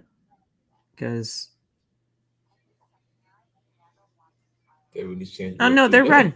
They're red. Yeah, the collision ropes are always red. They changed the dynamite ropes back to being black, like gotta be like 5 months ago. It feels like Look at House of Black. They're just chilling. they're cool. They're just chilling. They're Dude, cool. I want to see if I was actually like shown on camera during the House of Black being in my section, just like showing up in there, because they were in my section during that collision that we were at, and I was like, I want to see if I'm on TV, but I still haven't watched the show back, and I'm probably never going to. Shit, man. If I want to watch a show back on Peacock, I can. Any show in the world, well, not any. So for some reason, some of the shows I try to watch on my PlayStation, and then the Peacock app just crashes. It just crashes, yeah. So I'm like, okay, sorry. Try to go to YouTube for this one. I had to legitimately back out of the pay-per-view for a second and go back in, because if I didn't do anything, my PlayStation would have turned on to rest mode. I had it on for so long, and it was inactive for so long that it said, oh yeah, in 10 minutes it'll go to rest mode unless you do something. I had to back out for a second. You play Spider-Man yet? I don't have the game. Oh, you gotta get that game, but it's fine. I gotta get the game, yes, I know, but I still haven't seen anything from it, so That shit's crazy, man. my next paycheck, I'm getting it. Facts. But it's Get just the $90 version so you can get the freaking suits too. there's a deluxe version of the game. Yeah. I got it because I pre-ordered it, but yeah. Okay. Oh, that's what I meant to ask you. Would you pay $150 for GTA 6? No. I would. You tripping? $150? Yes. If GTA 6 came out today and said $150, I'm paying $150. Probably not at this moment, but not at this moment, no. But like if I get like a that's what okay, honestly that's what I mean. At this moment, no, but yeah. But if I got paid I mean, yeah, I guess I would. Yeah.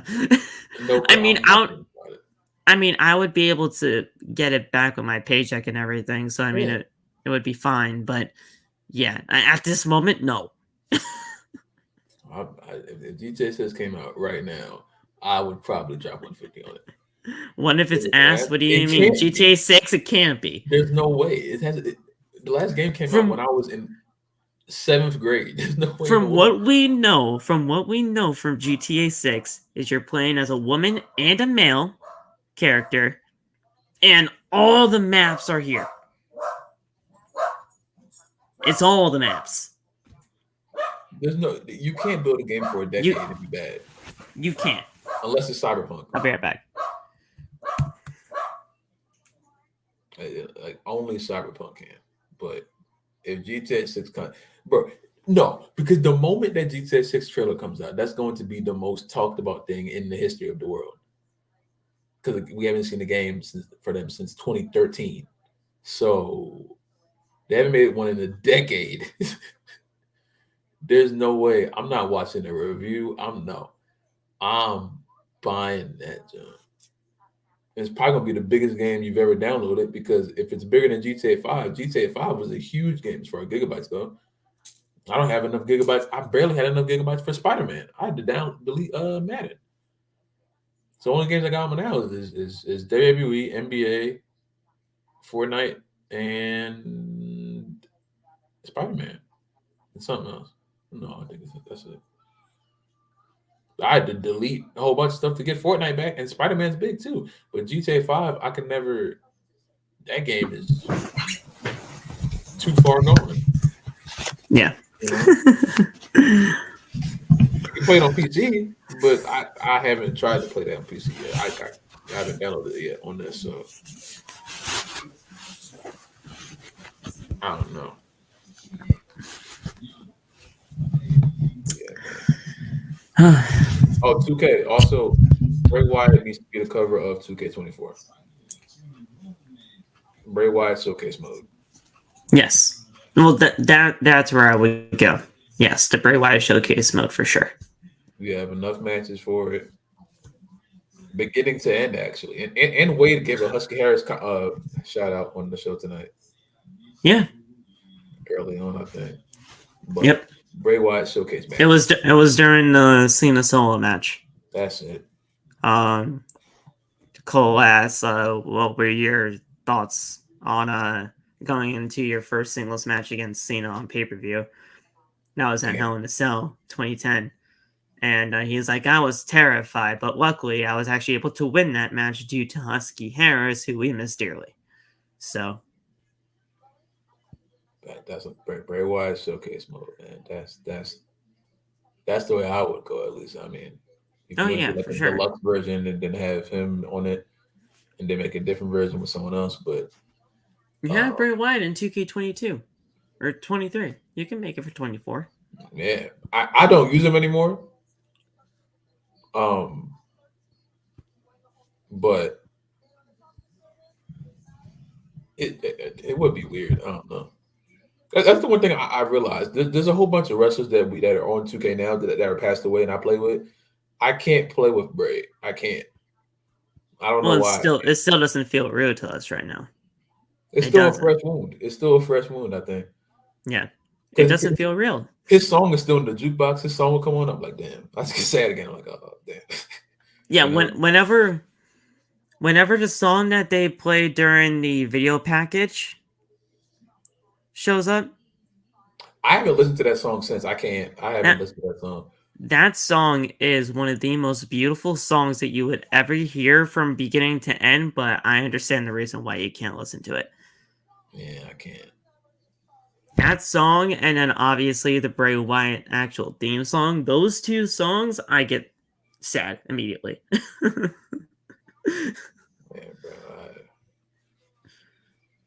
bro. All I got from that night is my chair, man.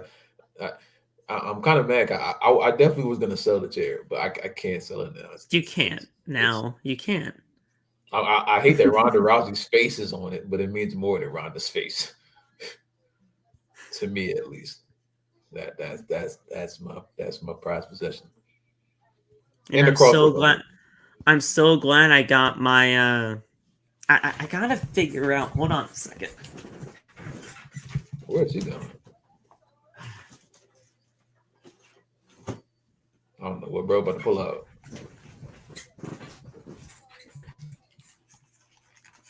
I gotta figure out where I'm hanging this thing because I got this now. Oh yeah. I gotta figure out where I'm hanging this thing in my room because I have to hang it up eventually. Because I just have it. Because I just have it like, yeah, we could do that. I can probably move one of those frames. But yeah, like I just have this sitting here and I look at it basically every day. And I'm like, I have to hang this up eventually. But yeah, this was worth everything that I got it for. Chris got the Extreme Rules one. I was like, bro, we have a picture. We have the video. We were right in front of it. He's like, nah. Like, this was my favorite Bray Wyatt moment of all time when he won the title. So that's the reason I got that one. But yeah, I mean, this was fantastic. And yeah, I got that. So we'll see where it is. In happier news, I have a package coming soon, and it's wrestling related, and it's probably the most like personable thing I've gotten from a wrestler ever. From a wrestler? Yes. Oh, okay. It's personalized. So I'm gonna do an unboxing when it gets here. But I can't. If it comes out the way, if it came out the way I'm pretty sure it did. I saw it. So if I take it out the box and it's the exact same thing, I'm going to lose it. Oh man, I'm making I'll do a live unboxing on TikTok and then I'll show y'all. But man, it's something I've been waiting for since 2008. 2008, 9. It's a woman. Whenever that woman retired, I can't say who she is, but whenever that woman retired, so she had to retire in that time frame. I'm trying to think of who you like. I can't say it because that's going. What year did she retire? No, she came back. I don't know. She came back mad times. I don't know. I can't think of it. I'm trying to think of who you like and now would have retired around that time frame. Or maybe I'm just an idiot and you've never told me this, so I don't know. No, I've told you. I've told everyone multiple. Pretty recently, actually. Like, Payback. Right before I told you at Payback when we went to Dave & Buster's. I'll figure it out. Yeah. But yeah. This is that's it, guys. That's it for your review today. We will see you sometime down the line, maybe later on this week, maybe next weekend. You want to have an NXT conversation tomorrow? Huh? Do you want to have an NXT conversation tomorrow? We could do something tomorrow, yeah. I wanted to have. I forgot today was Saturday, so we can do something for Sunday too. Yeah. Yeah, me too. Because I like doing the weekend streams, guys. So if anything, we could probably just do weekend streams from now on. I like it. Let me think. I wanted to have is current NXT better than Black and Gold conversation. Oh yeah, we can definitely have that discussion for sure. We got to get like a lot more people, so we have like a more opinions on it. Oh yeah. I definitely want to get back into doing some more guests too for this show, because I feel like I kind of like lost sight of that during the course of everything. Because we should do guests on this show every now and then, or not even every now and then. We could just do guests whenever the topic precedes it, because I miss having other people on the show and getting their perspective, and then it's just us, you know? Yeah. So we'll figure it out. It's a little bit of a refreshing type of a deal here, but you know, you gotta move. You gotta move forward. All right, guys. So we're gonna get out of here. Hope you guys have a great rest of your night. Have a great Sunday tomorrow. And yeah, we'll see you down the line. So have a good one. Stay safe. God bless. Peace.